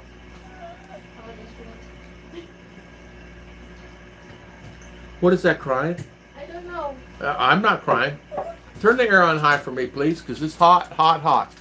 Yeah, if I only got into more finding gold with my dad, I would have some gold now. If he had a claim for gold every time you go there, he would always come back with gold all the time. Mark King, I'm telling you, man, it's the way to go. But I never had when I went with him. It gets -30 in February. Yeah, I know. Yeah, you need. I don't know. I don't know what to tell you, man. I'm so sorry if I don't know. I don't know. I'm so sorry. If you were here, I could help you. But here, I'm here. You know. Robert, great. You're getting VA benefits that you earn serving your country. Yes, exactly. And it's 200%. That's really good. So don't be nervous, Robert. We're praying for you. Don't be nervous on anything. We're praying for you. You're going to be fine. Don't worry about it. There's RR. Hi, RR. How are you, RR? I'm good. I'm tired. She's kapoy today. Doing laundry in the morning is hard. And doing school 5 days a week is hard. Yes. And hang in there, Robert. We are here for you 100%. Robert, you know sometimes too is I told R this morning, you need to appreciate everything that you have in life. Appreciate that you're up every day. Appreciate God, because you never know. And sometimes we all get in our own little circumstances, own little minds, that we don't appreciate the things that we have around us. And so I'm trying to teach R that appreciate everything that you have, because it's not always going to be here. And like that little dog right there, he comes for love and kindness every day. And sometimes somebody wakes up and maybe a little on the crabby side. I said, what if you didn't have that person, have that dog? How would you feel? Would you regret feeling that way? You might. Because all that dog doesn't do anything but only to help you. Even though he scratches you, you don't know he scratches you. You don't know his claws are hurting. It's just a dog. And you're so welcome. I'm so thankful every sunrise God is good. Yes, He is. And here's something too. My friend had some surgeries in his neck. He hurt his neck, and so he was on morphine for years. Oxycodone, oxy for years. He was on many medications. When they gave him that, he went to morphine and other medications and the high medications. He would sleep anywhere from 12 to 17 hours a day. He worked for Coca-Cola, hurt his back. 12 to 17 hours a day, and the rest of the time he'd get up and he was groggy and he was tired and everything else because of morphine. You get those shots. Well, and the doctor would just give him what he needed. I mean, because he's in so much pain. Well, one day he says to me, he says, I need to get away from this. I have to get away from this. I'm addicted to the drugs. He said, I'm going to be going through DTs when I quit the morphine. I said, just pray. Just pray every day. Just pray not for that not to happen. And pray that you're going to get through it. Just pray every day that everything will be fine. He did. He did. Morphine cut to almost none. His neck stopped hurting. And he has no more ailments. He has it from time to time, granted. But isn't that amazing? And it's done by prayer. 32,000. John, wow. Yeah, I'm thankful too. And you know what? Thank you, Robert. Yes, we are too. We're thankful you have you on. Yes, for sure. I'm thankful all YouTube friends. And thankful all I made love with you guys. Yes. Oh. When I'm feeling down and I watch Omer's video, I love the ones about the bone. Yeah. Yeah, when you're feeling down and out, watch this one. If he doesn't make you smile, I don't know what does. Now, show him a high five, Omer. High five. High five. High five. He'll give mommy high five all the time. Give mommy a high five. Did you see the one where he chewed up the face mask? And what he did? You know what he did to me this morning? I said, what are you doing? He's doing something naughty. He ate the door stopper, the rubber door stopper. He come over, flipped on his back, and put his paws together and did this, right? I said, I'm still mad at you. Then showed his teeth and with his mouth open, like smiling. I said, I'm still mad at you for eating my door stopper. And his little tail wagging, 100 mile an hour. You know, he was banging against the couch. And he had to do this, like this, like this. What do you do to that, right? So do not eat my door stoppers. It's not good for you. It's not good for your health. You're going to be all the time with that. Well, so what he did, he come up to me and he took his left paw and comes up and he puts his left paw here like this, like this. Then he comes over and he lays his head down right here. I'm going to be mad? No, I'm not. I wasn't mad then. I wasn't mad. He doesn't know that. But he laid his head down right here. Smart Chihuahua. He knows how to work me. He knows how to do it. He knows how to make it happen. Oh, the notifications went out. 65 people on. A notification must have gotten him. Mitch, yes, that's just for the gold. I didn't know what my gemstones were worth of the fossils I have. Yeah. Yeah, you watch Omer's video, and it does. It makes the one with him getting in trouble about that really made me laugh. Oh, he's something else. He's sitting on his mother. I should have done a video of that. What are you setting way over there? Your setting stone's right here. My wife. John Ferris. I'm just wondering, is all what you state, you looking for gold, or you just like to know the name of the state, if that's okay? He's in British Columbia, Ashcroft, I think. When I had dogs, I'd go at a secondhand store and get them their own leather shoes. Yes. Yes. Yes. This is his bone now. Here, I'll show it to you. Mother got him this morning. Look. Whose is this? It's supposed to be rawhide, but it's not. Look at it. Whose is this? The bone's bigger than you. Is this your bone? Okay, well, look at him. He's going nuts. Whose is this? All right, well, eat your bone. Eat something else, I'll tell you. Well, eat it. He wants me to hold it. I'm not holding it. Ashcroft, British Columbia. Yeah, cool. Canada. Canada. Thank you for the coffee. Now, I see. I'm set now. I can go another 4 hours. No, I'm kidding. Marquine. Yeah, Marquine. Mitch is here. John Ferris. Hello. Sammy, Robert. There's many here. Michael and Heidi's here. Yeah, he's the first one. Pork Pie's here. Pat Evans here. Pat's in the background. Devil Don's here. Yeah, Gary T. Gary T. Where's Pork Pie? You still here? He's eating pie.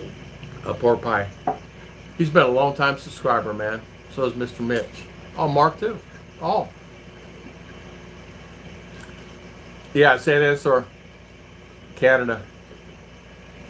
Canada. Man, that's a cold place to look for gold. I live in Washington State, 30 miles from Canada. I moved there first year too. They had gold locally. I was in Medicine Hat. It was at a Medicine Hat Native Reservation. Oh, wow. I have worked mining British Albert, the Yukon. Oh, you worked in Yukon. Oh, man. I tell you, honestly, I could not handle the cold. There'd be no way I could handle that cold weather. Went through that with Buffalo. No more cold for me.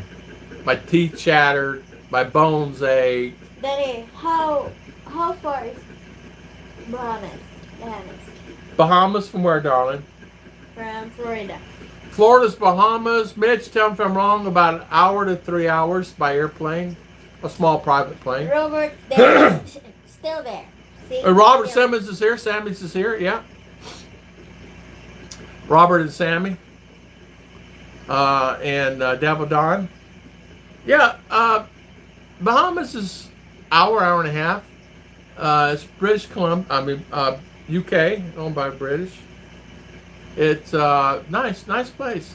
Expensive down there though. Expensive. I had a friend that had his own plane. We'd go down there from time to time, and I would ride along. because and I'd give him fuel for his plane for his time.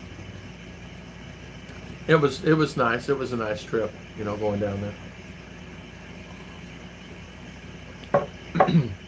Mark King is here. I lived there for 4 months, then moved to Orlando. Orlando, Florida. Where you living at, Mark? Now you're out in California, aren't you, or Arizona, right? Where you at now? Aren't you in Arizona? Where did you live in Orlando, Mark? I would like to know. Where did you live? Did you live north, south, east, or west? You live by Kissimmee side or Altamont side, or did you live Apopka side or Winter Garden side? I enjoy Orlando. Orlando has a lot to offer for a lot of people. I remember in Altamont Springs when there were orange groves. I remember when I arrived, and the mall was there, but there was orange groves surrounding all that area. I remember going there, and there was dirt roads in Lake Mary. I mean, all dirt roads. The main highway there had, but I lived in Lake Mary when I first arrived there. But I remember coming to Florida in 1985. I arrived in Florida in 1985.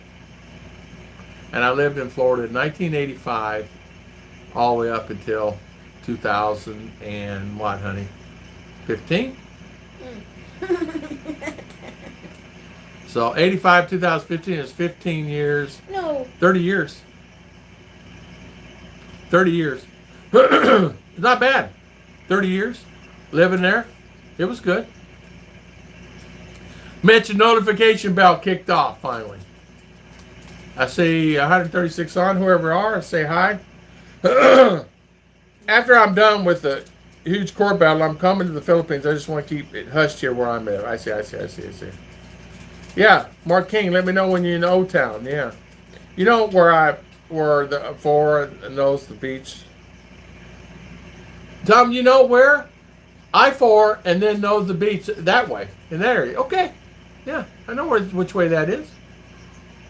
Too bad, Mark. We didn't know each other when you lived there. I would have come visit you. Come over and see if you had some ice cream.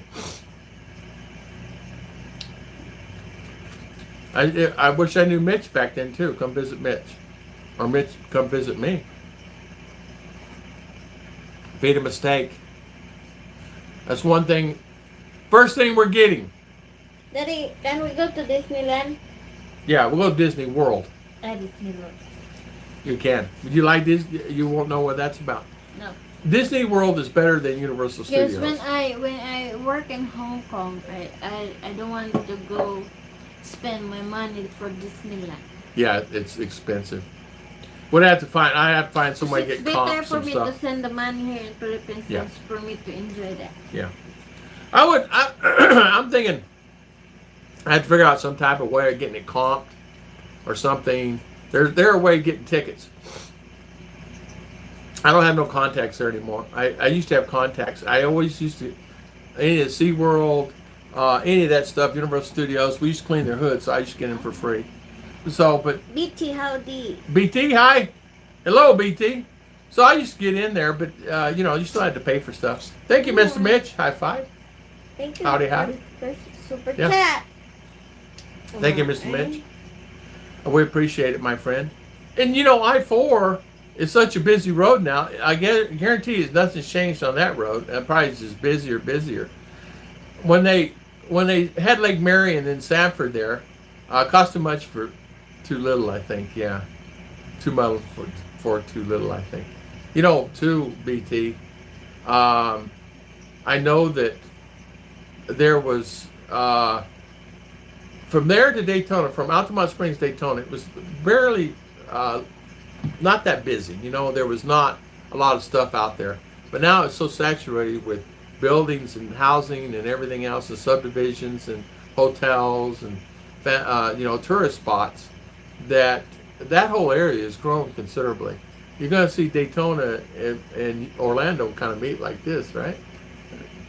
And there was a break between Orlando and Kissimmee, same thing, but now it's kind of like so many little, we got Millennium Mall out there now.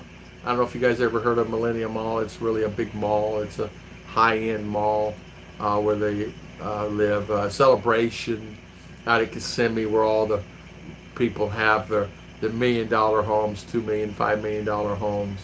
Crazy, yeah. Too much traffic, yeah. Orlando's so much traffic, so hard to get around. It's so hard, but people like Mr. Mitch, okay.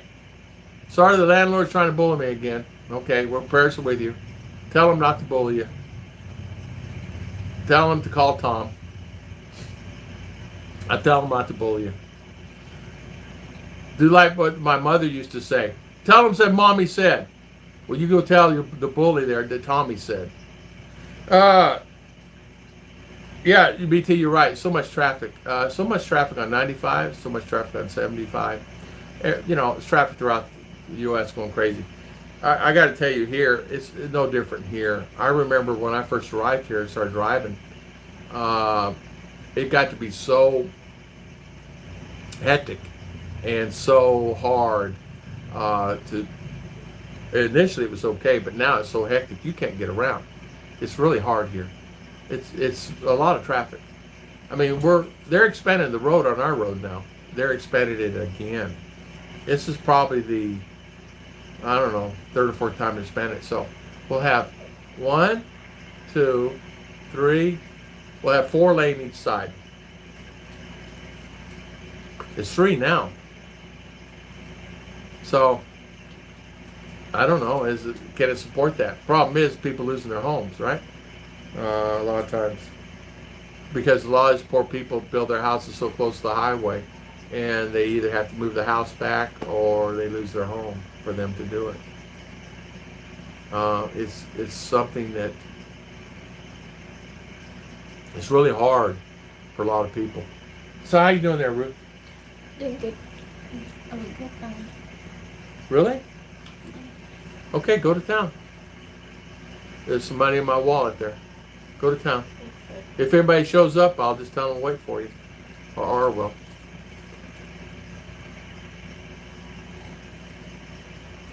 Let's see.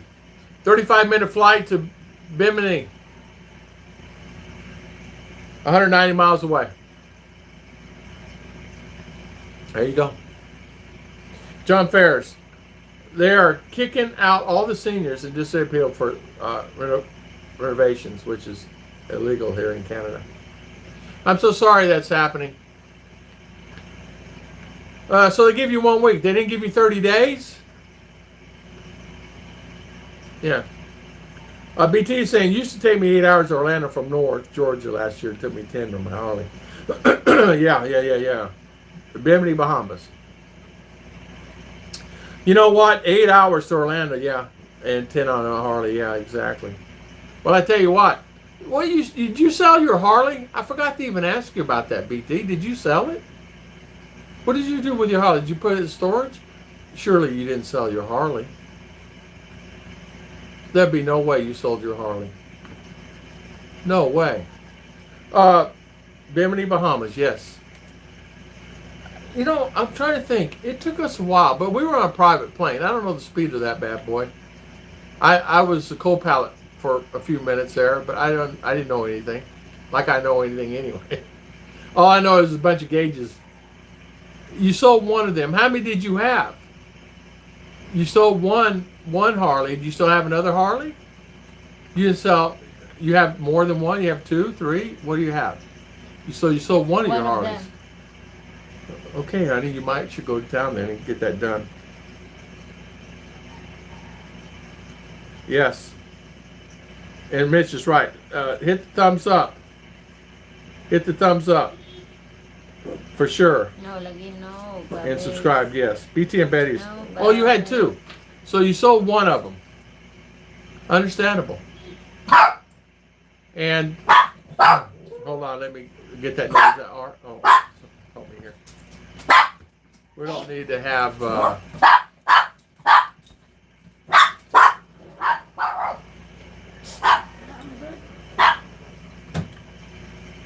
so you have one of your Harleys now, you just have it in storage. That's understandable. It's nice riding, having a Harley there. Long open roads. Here it'd be really tough getting up the mountain grades and dealing with the traffic. Harley it'd be tough on it here. Sold my bikes and one of my bikes in my truck. Oh, you did? Sold my car, one of my bikes in my truck. Yeah. I sold my van, and I had another small. It was a Zuzu pickup truck I would use for hood cleaning. I sold it too before I came in my RV, and I kind of wish, but honestly, there'd be no way I could end up paying $100 a month for 7 years. Can you imagine? That's $1,200 a year times 7. I could not have done that and have that, because it would probably not be running now, even though they're supposed to crank them and run them. Is my best thing. I guess I sold it because, as you know, what happens is something sets, it's just going to deteriorate anyway. You know. And you know what? I enjoyed I never had a Harley. The bikes I have was always. I had some Hondas. They were. I had the Honda Shadow. I had some smaller bikes, but it was never really for anything. It's for long driving. It was always short, things like that. I grew up as a dirt bike racer. I used to ride Hodakas and Yamahas and back in the day, and Enduros, and used to do some racing, dirt bike racing. I was never really good. I won a few, but my brother was the best. My brother, but that's when I was young, man. That's when I was 17, 16. We would race those, and that bike that I had, it was a borrowed bike from my neighbor, and I would race that bike. He had 3, and so he let me borrow his bike, and I would race it and keep it up and take care of it. And if I damaged something, I would fix it or have it fixed. And there's many times that I'm glad I did that. And I was a jumper. I enjoyed jumping the bikes. We would, you guys know, as kids, you go down the mountain and put your ramp on that bad boy and learn how to jump the bikes. And learn how to do the hills and the bikes, learn how to ride. But I had a little old Honda 60 when I was, my brother and I, we had this little Honda, the small Honda. And that thing, we run it around the track, and that's how we learned how to ride bikes and do some dirt bike rides. Back then, man, dirt bike riding it still is. It was the king. And you had a dirt bike, we'd take it out and we'd do some. There was another one, I can't remember the name of it. It was called a Sandpiper or something. It had the big tires on it for sand. When you're out in the desert, it had the big tires on it. It had a big motor on it. But I tell you, my favorite, honestly, to be honest with you, was the Hodakas. The Hodakas, I love that thing. I love the sound of that Hodaka. But I love that bike. And I had a Hodaka, and we raced, me and my brother would race that thing. My father didn't even know what we did.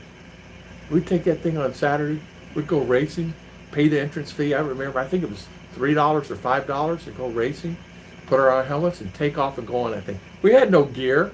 There was no such thing as gear.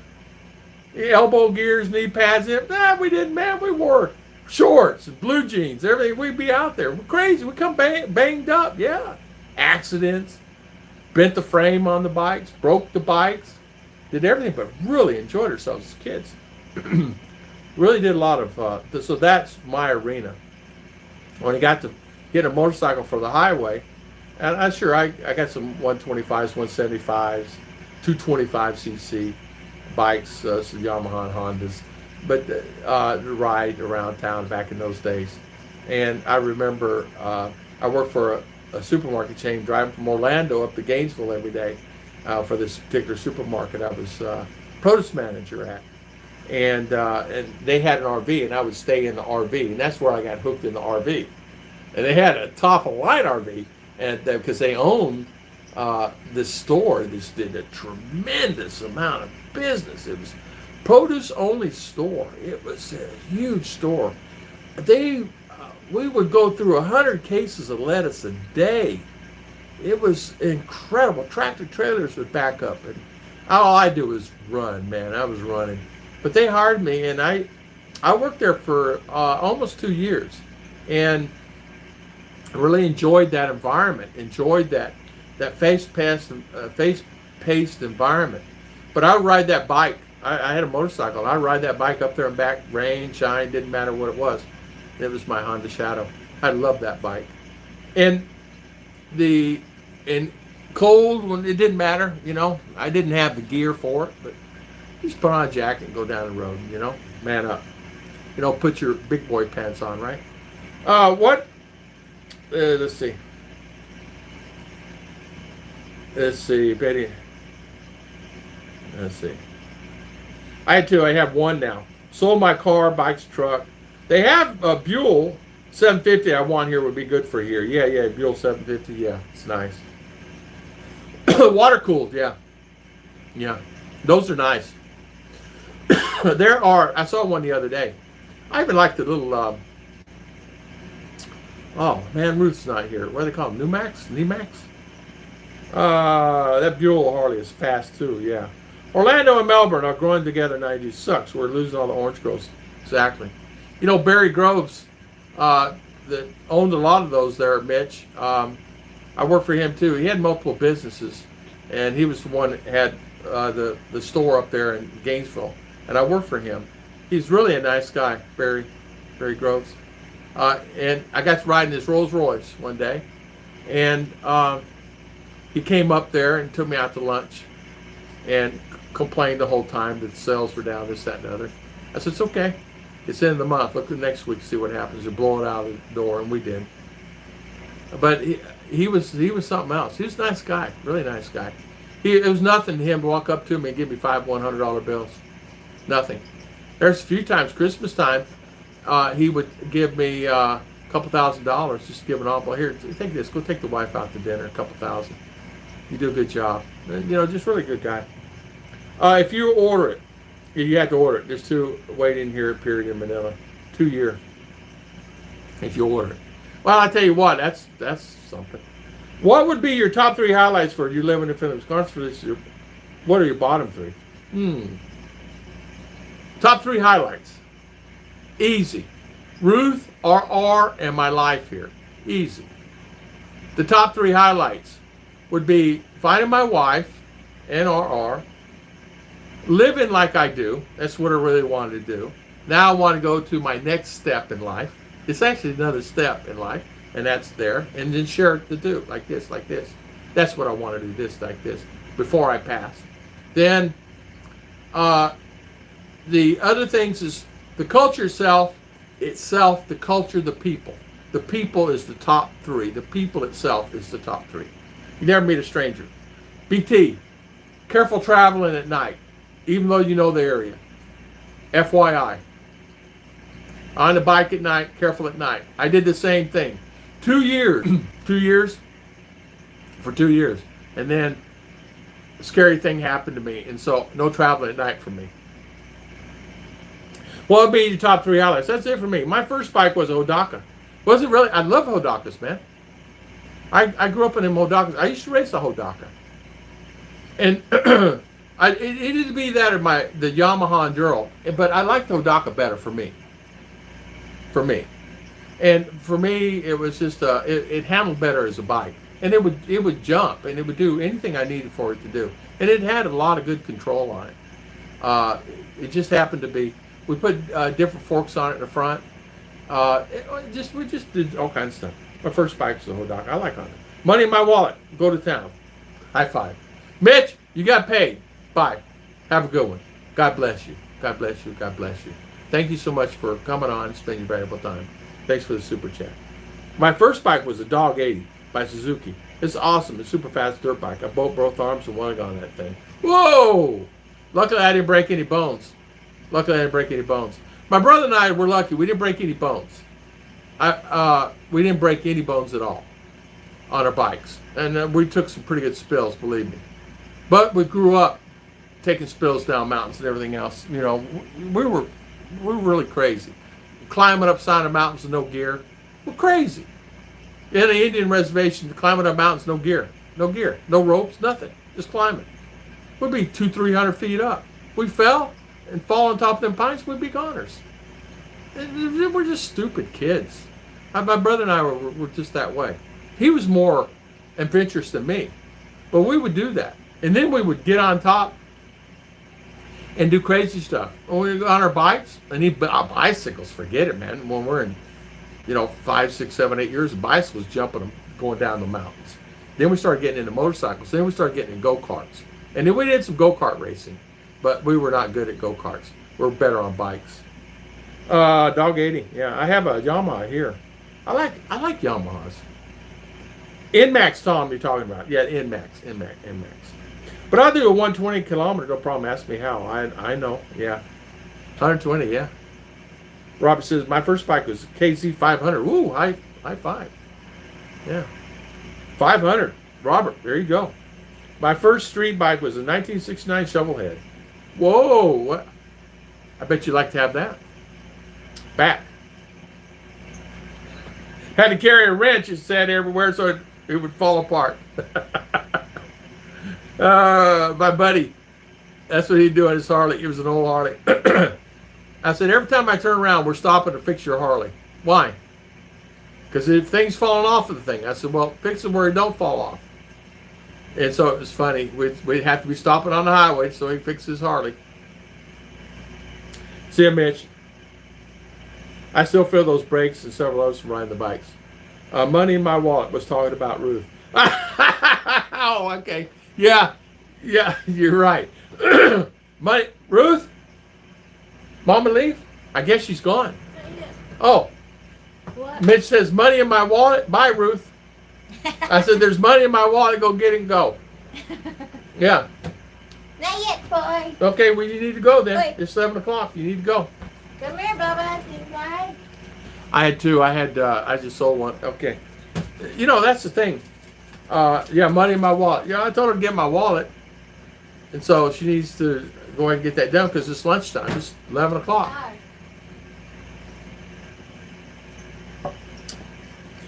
So, yeah, it's carried a lot of spare parts in the saddlebags. Admit BT. I can imagine. Mark, where you at? In Phoenix now? Where you at? Mark King? Carry a lot of spare parts. We, in fact, Robert, that's a nice bike. You had a KZ 500.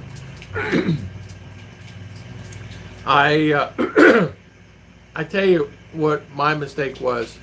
My brother and I we were that way. Then we got into horses. We got off the bikes and got into horses.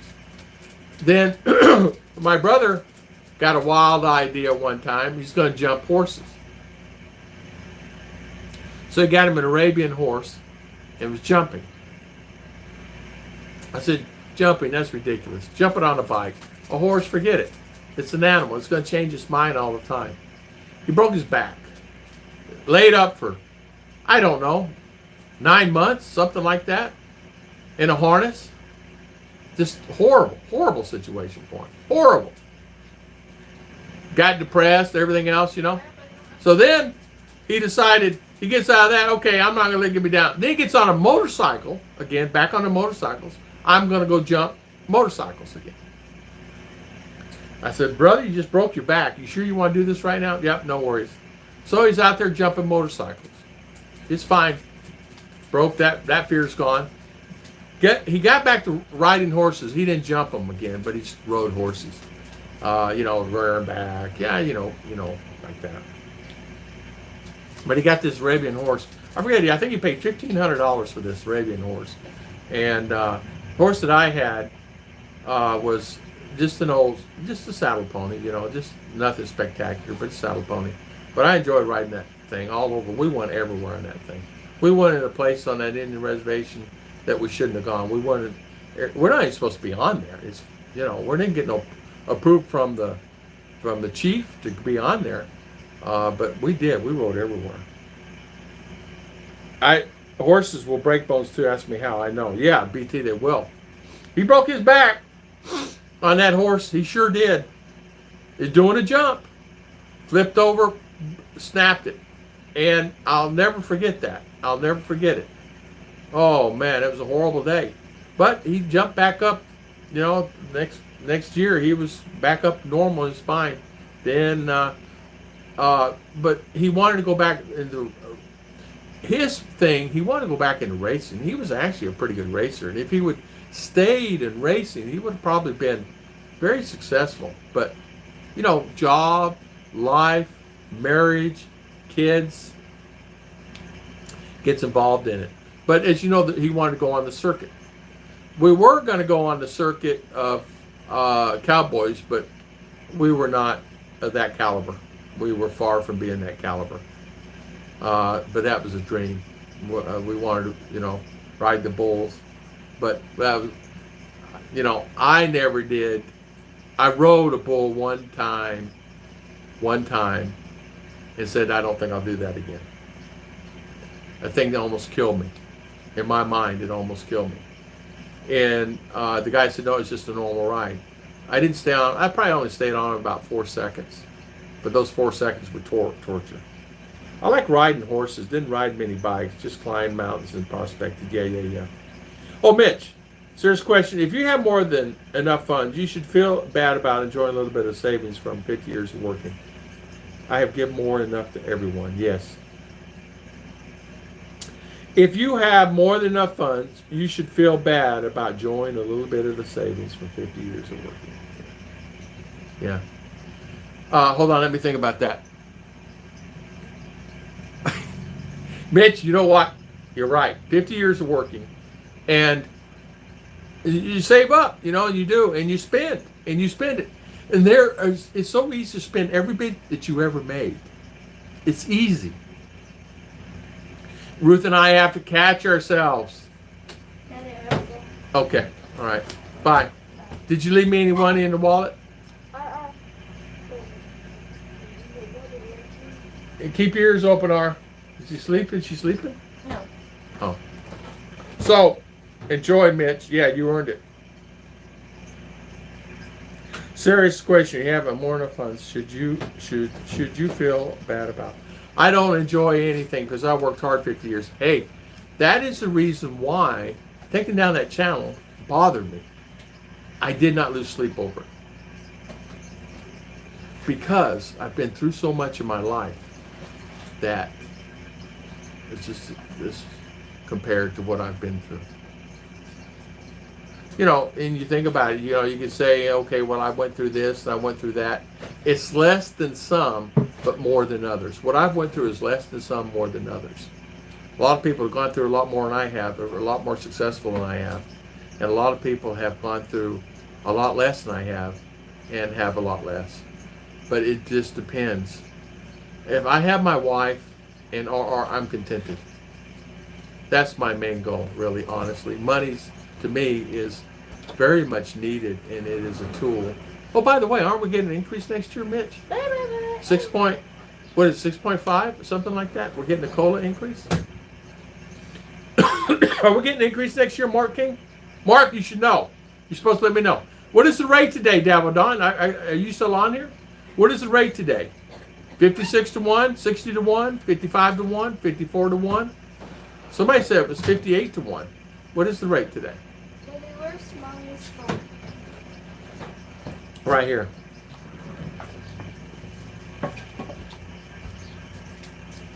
Yeah, so what is, I don't know what the rate is today.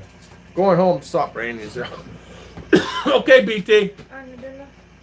Heck, yeah, I was poor back then, so mine was second, huh? Okay. Mine was second hand, leaked off regular. Yeah. Going home now, stop, see you. Okay, so Jim in Florida. Hey, Jim. High five. How you doing, Jim? Oh, so almost 57 to 1. Okay, high five. That's good. Good to see you, Jim. Would ever consider writing a book about all the expat stories you ever heard? The good, the bad, the ugly would make it interesting reading. It would. Actually, I did write a book.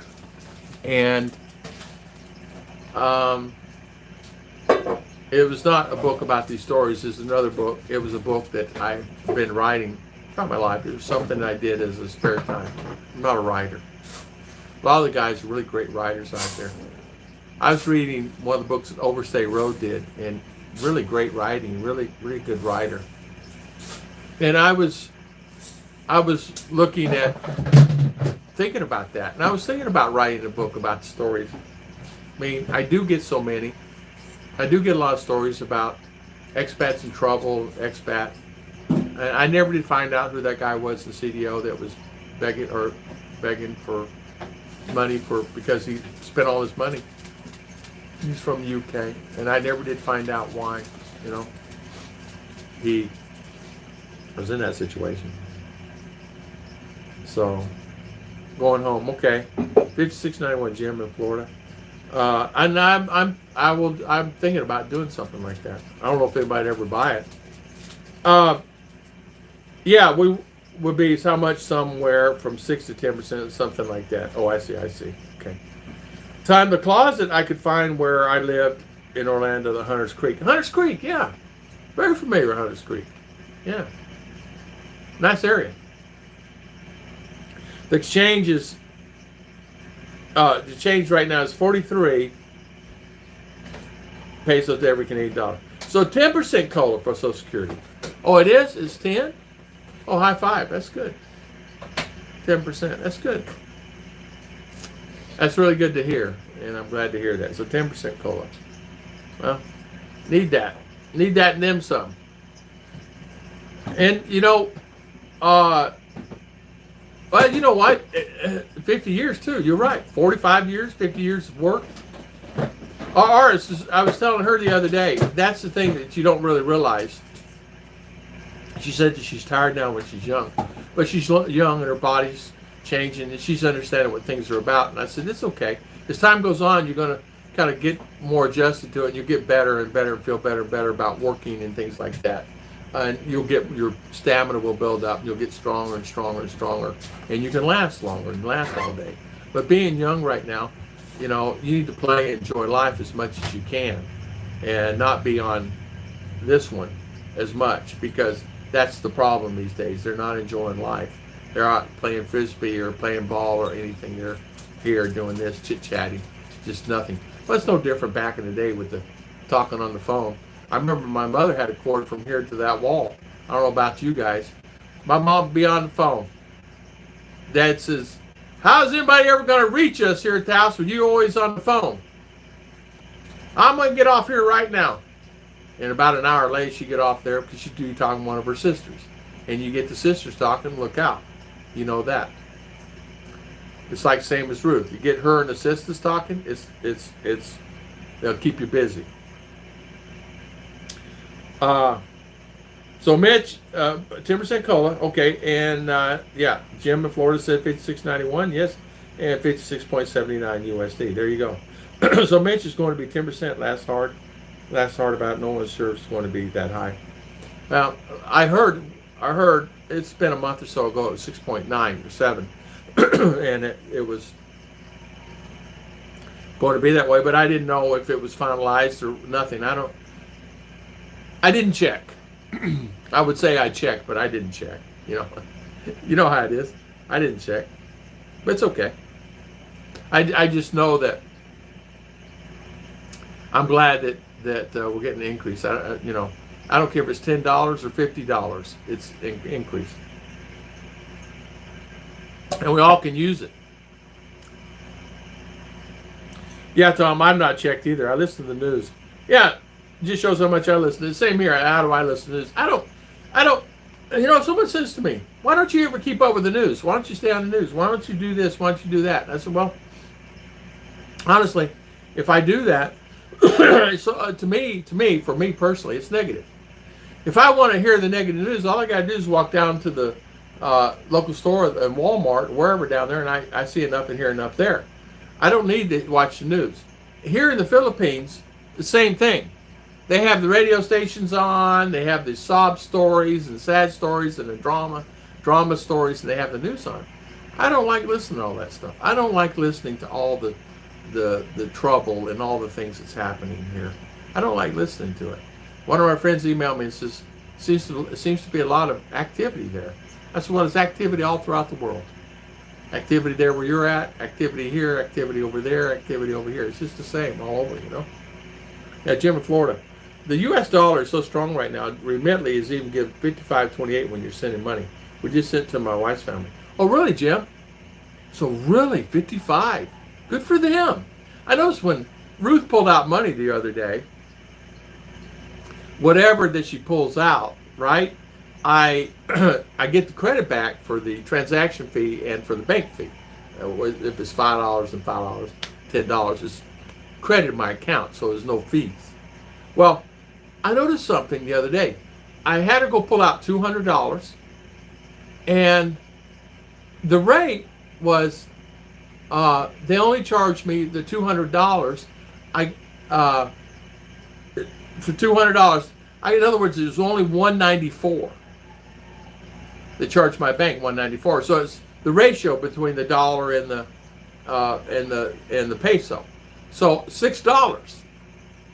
So it normally would be, you pull out 200, you get 200. Well, the rates changed so much that it saved $6. So it was $194 they took out of my bank and I got to $200 here for the value here. So it's amazing. This goes to show you. At that time, it was $6. It's probably more than that now because of the rate change. I think it's gone up since then. I'm not sure, but I think it has. People are telling me it has. Gadgets take over the young children's lives. Put them away. Exactly. Yeah, we limit this at come like tonight, tomorrow's school. At 8:30 she goes to bed. 8:30 the phone's deposited with me in there. During school night, same situation. Like for Dave, for an example, she could be on her phone today, but come a certain time this afternoon or this evening, it's coming back to me. I'm not letting her stay on the phone all the time, because that's all it is. Sure, she did her laundry. Sure, she cleaned the house over there. I'm sure she does things around here and things like that. But there's other things that you can do besides being on the phone, talking to friends all day. It's like my mama. Party line. You're exactly right.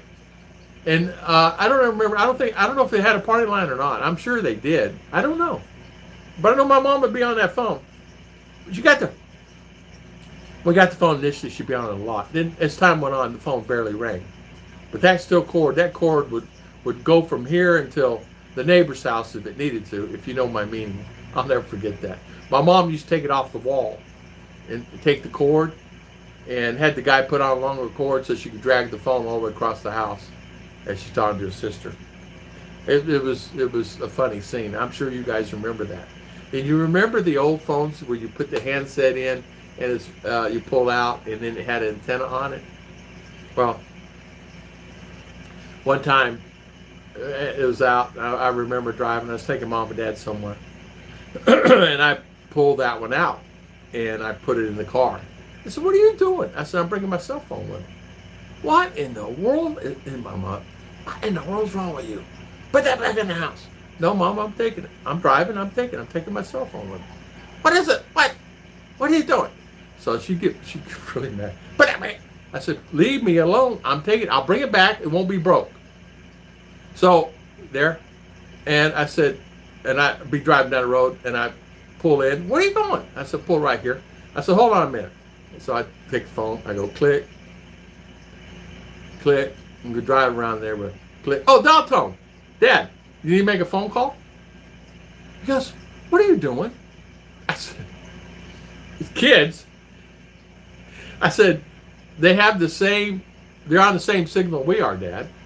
So you can actually make a phone call. You want to call somewhere, anywhere. You can call anywhere and use the same service. So where in the world did you learn that at? I said, "I learned it on TV. It was on the show. It was on Magnum, PI. He goes, "You learned that on Magnum?" I said, "Yeah, I learned it on Magnum."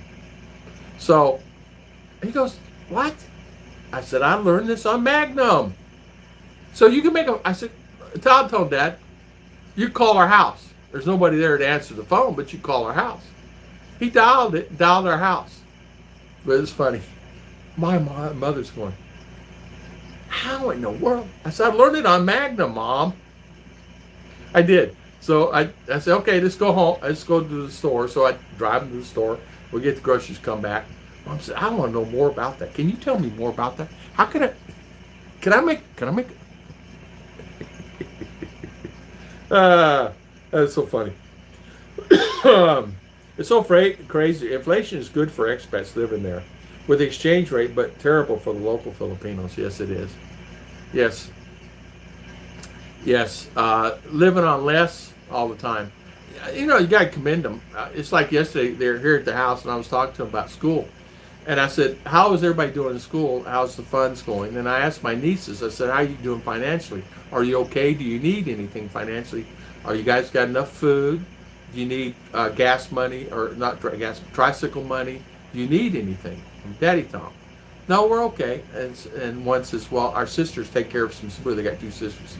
So sisters are taking care of us. And the other sister's daughter, she has money, so they're fine. I said, well, you need anything, you know, I'll easily help you out for, you know, a few hundred peso here and there. You need food or something like that. They tell me, I said, Daddy Tom, it's really hard to live by yourself. I'm 21, I'll be 22, and it's really hard.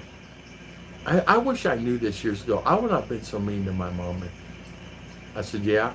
She goes, I was really mean to my mom and yelled at her all the time, talked back to her, and said, I realized when I'm on my own that it's hard to find food.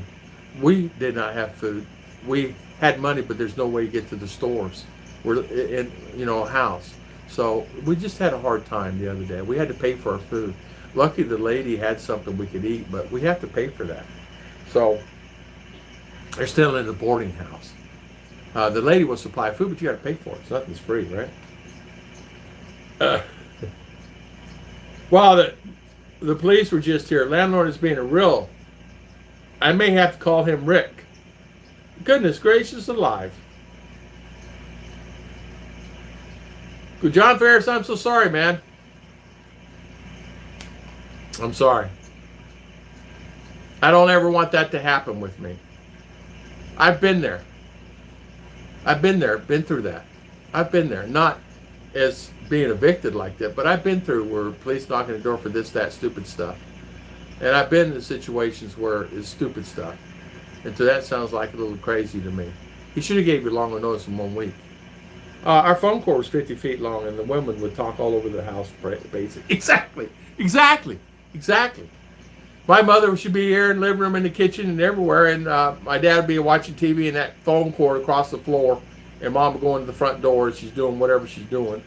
And it's amazing. I've seen her clean vacuum before with that thing. She's an expert at moving that vacuum cleaner around the floor and the carpet and the hardwood floor. It was amazing how she brought that phone and that phone cord. And it was like it's attached to the ear.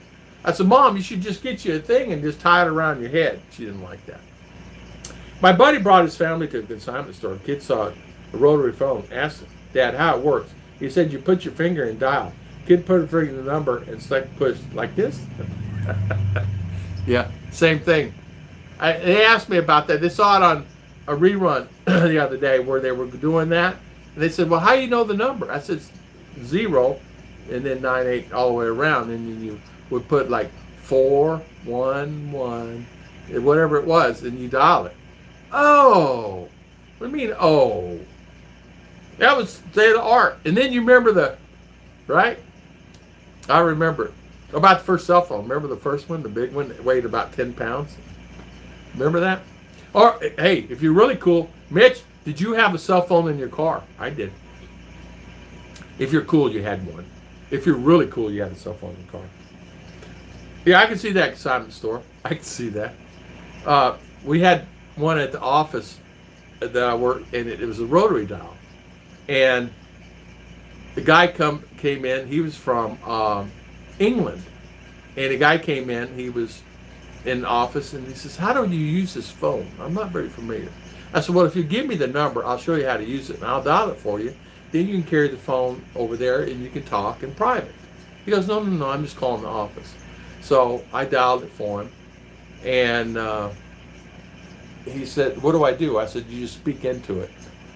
Just like normal, hold it here and speak. But I said, they have phones in UK, right? After he got off the phone, he goes, yeah, they have them. Yeah. Gary T, yeah, they don't know a thing about rotary phones or what a broken record is. Yeah. Record. Yeah. Yeah, records, phones, any of that stuff.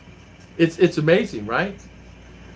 Ruth and I was looking also the other day and we saw they had a picture online, and I was doing pictures for my video, and I saw one with the rotary phone in it, and it was sitting on a desk, and it's those, the black one, the heavy one, the real heavy one.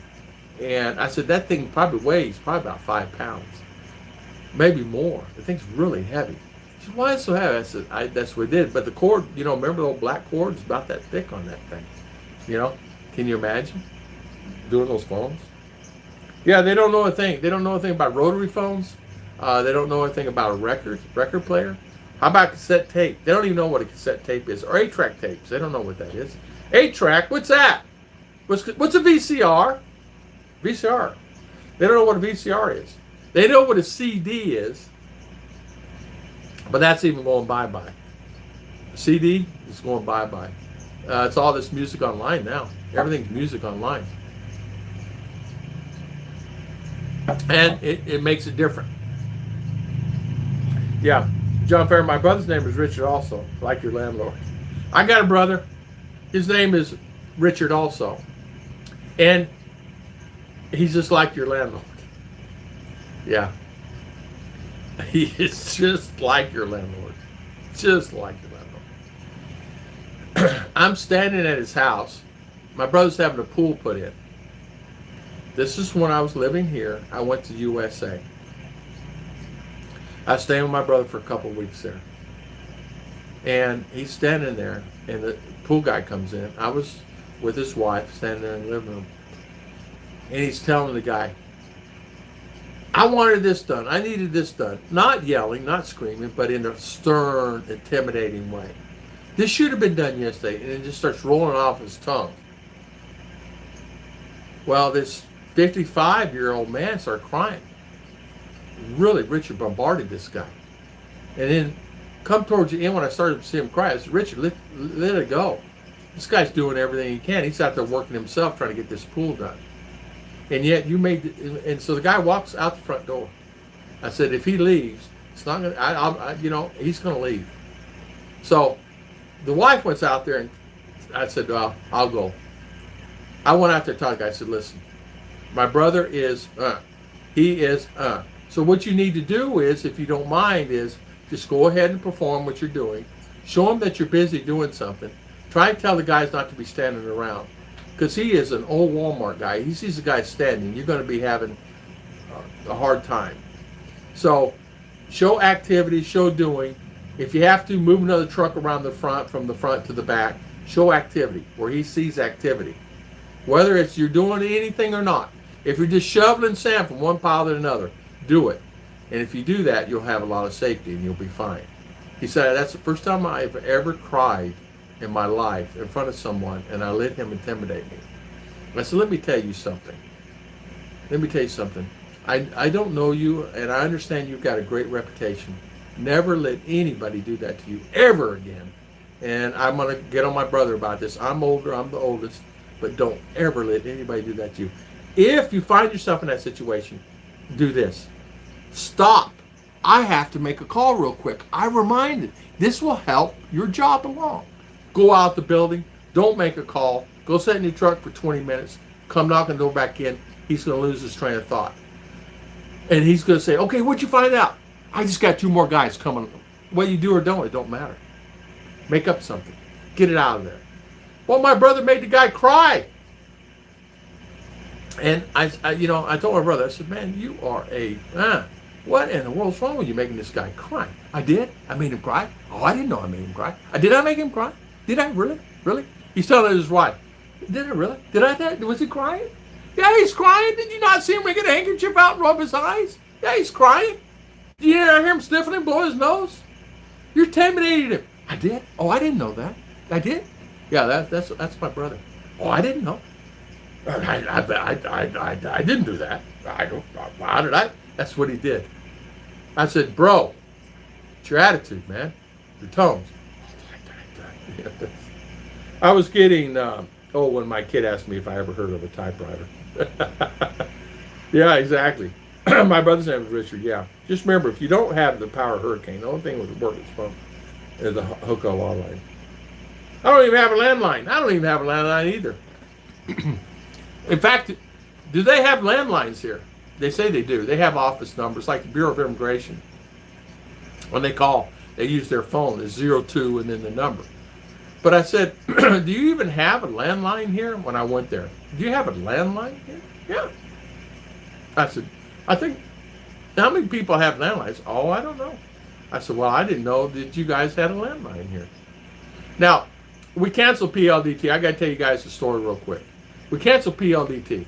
PLDT said, okay, because no service in May for three weeks and a half. And we owed for, I don't know, a week, a few hundred pesos. Ruth paid that, and it was fine. We had it turned off. They keep calling. So they called her, said, you still owe a bill. No, I don't. I had a turn off. Here's the turn off notice. And if you're in your system, you already know I have a turn off notice. It's been turned off and everything's been paid. So quit calling me. So now they're calling, please turn back your service. We want your business back. So why? Your business is horrible. Now they're calling her every day, 3 to 4 times a day to get the service back. So she blocked them. She blocked them from her number. They're calling me now. So I blocked them. We want your service. You know, let me talk to the guy. You talk about intimidation, I'll give the guy a new one. But I'm not going to do it because it's not worth the effort. Why? I don't want PLDT. They'll never be back in my. I'll go phoneless or no internet before I will hire them again. I just will stop everything. Anyway, there's a product called Gomo. You load it on your phone. It gives you 30 gigabyte a month. It works anywhere in the world. If you're working on data, it works anywhere. You can actually use it in USA. 30 gig. Mitch, I was Mitch facetious. The landlord's name is Balcar. Okay. Well, you know what, John Ferris? So what's your latest? You got to be out there in a week? Tell him, okay, do you have any suggestions where I can move to? Do you have any idea where I can go? Is there an idea that I can actually, do you have an idea of any place I can live? That's what I do. BT, you still here? You go. I know that I was getting old when my kid asked me if I ever heard of typewriter. Typewriter, yes, another thing, typewriters, yeah, they don't even know what a word processor or typewriter. How about Word Pro? You guys remember Word Pro? I think it's called Word Pro. What was the one? Yeah, I think it's Word Pro. With the green, was it green screen or blue screen? Was it Word Pro? Word Perfect. Word Perfect. You guys remember Word Perfect? That was it, right? How many of you guys know that one? Word Perfect. I remember when Mac came out and had their first software you could draw on. I'll never forget that as long as I live. What a nice software that was. Oh, you still here? Yeah, it's okay. I get the meaning. LOL. Yeah, my brother's something else. My brother. So he's from India. Just tell him you know any idea that where you can go. It's not like they have houses there, right, that are rentable, or a place you can go, an apartment or anything. And since you don't drive, you don't have a car. That's tell them you're really putting me in a bad situation. So it's telling me there is a guy from Turkey here that is buying up some property, and him and his wife, they're going to be building all over new houses. And so he got in a situation where, same situation where the land that he bought that thinking that the guy owned it because the guy had a title and everything. Well, the guy didn't own it. Somebody else owned the land.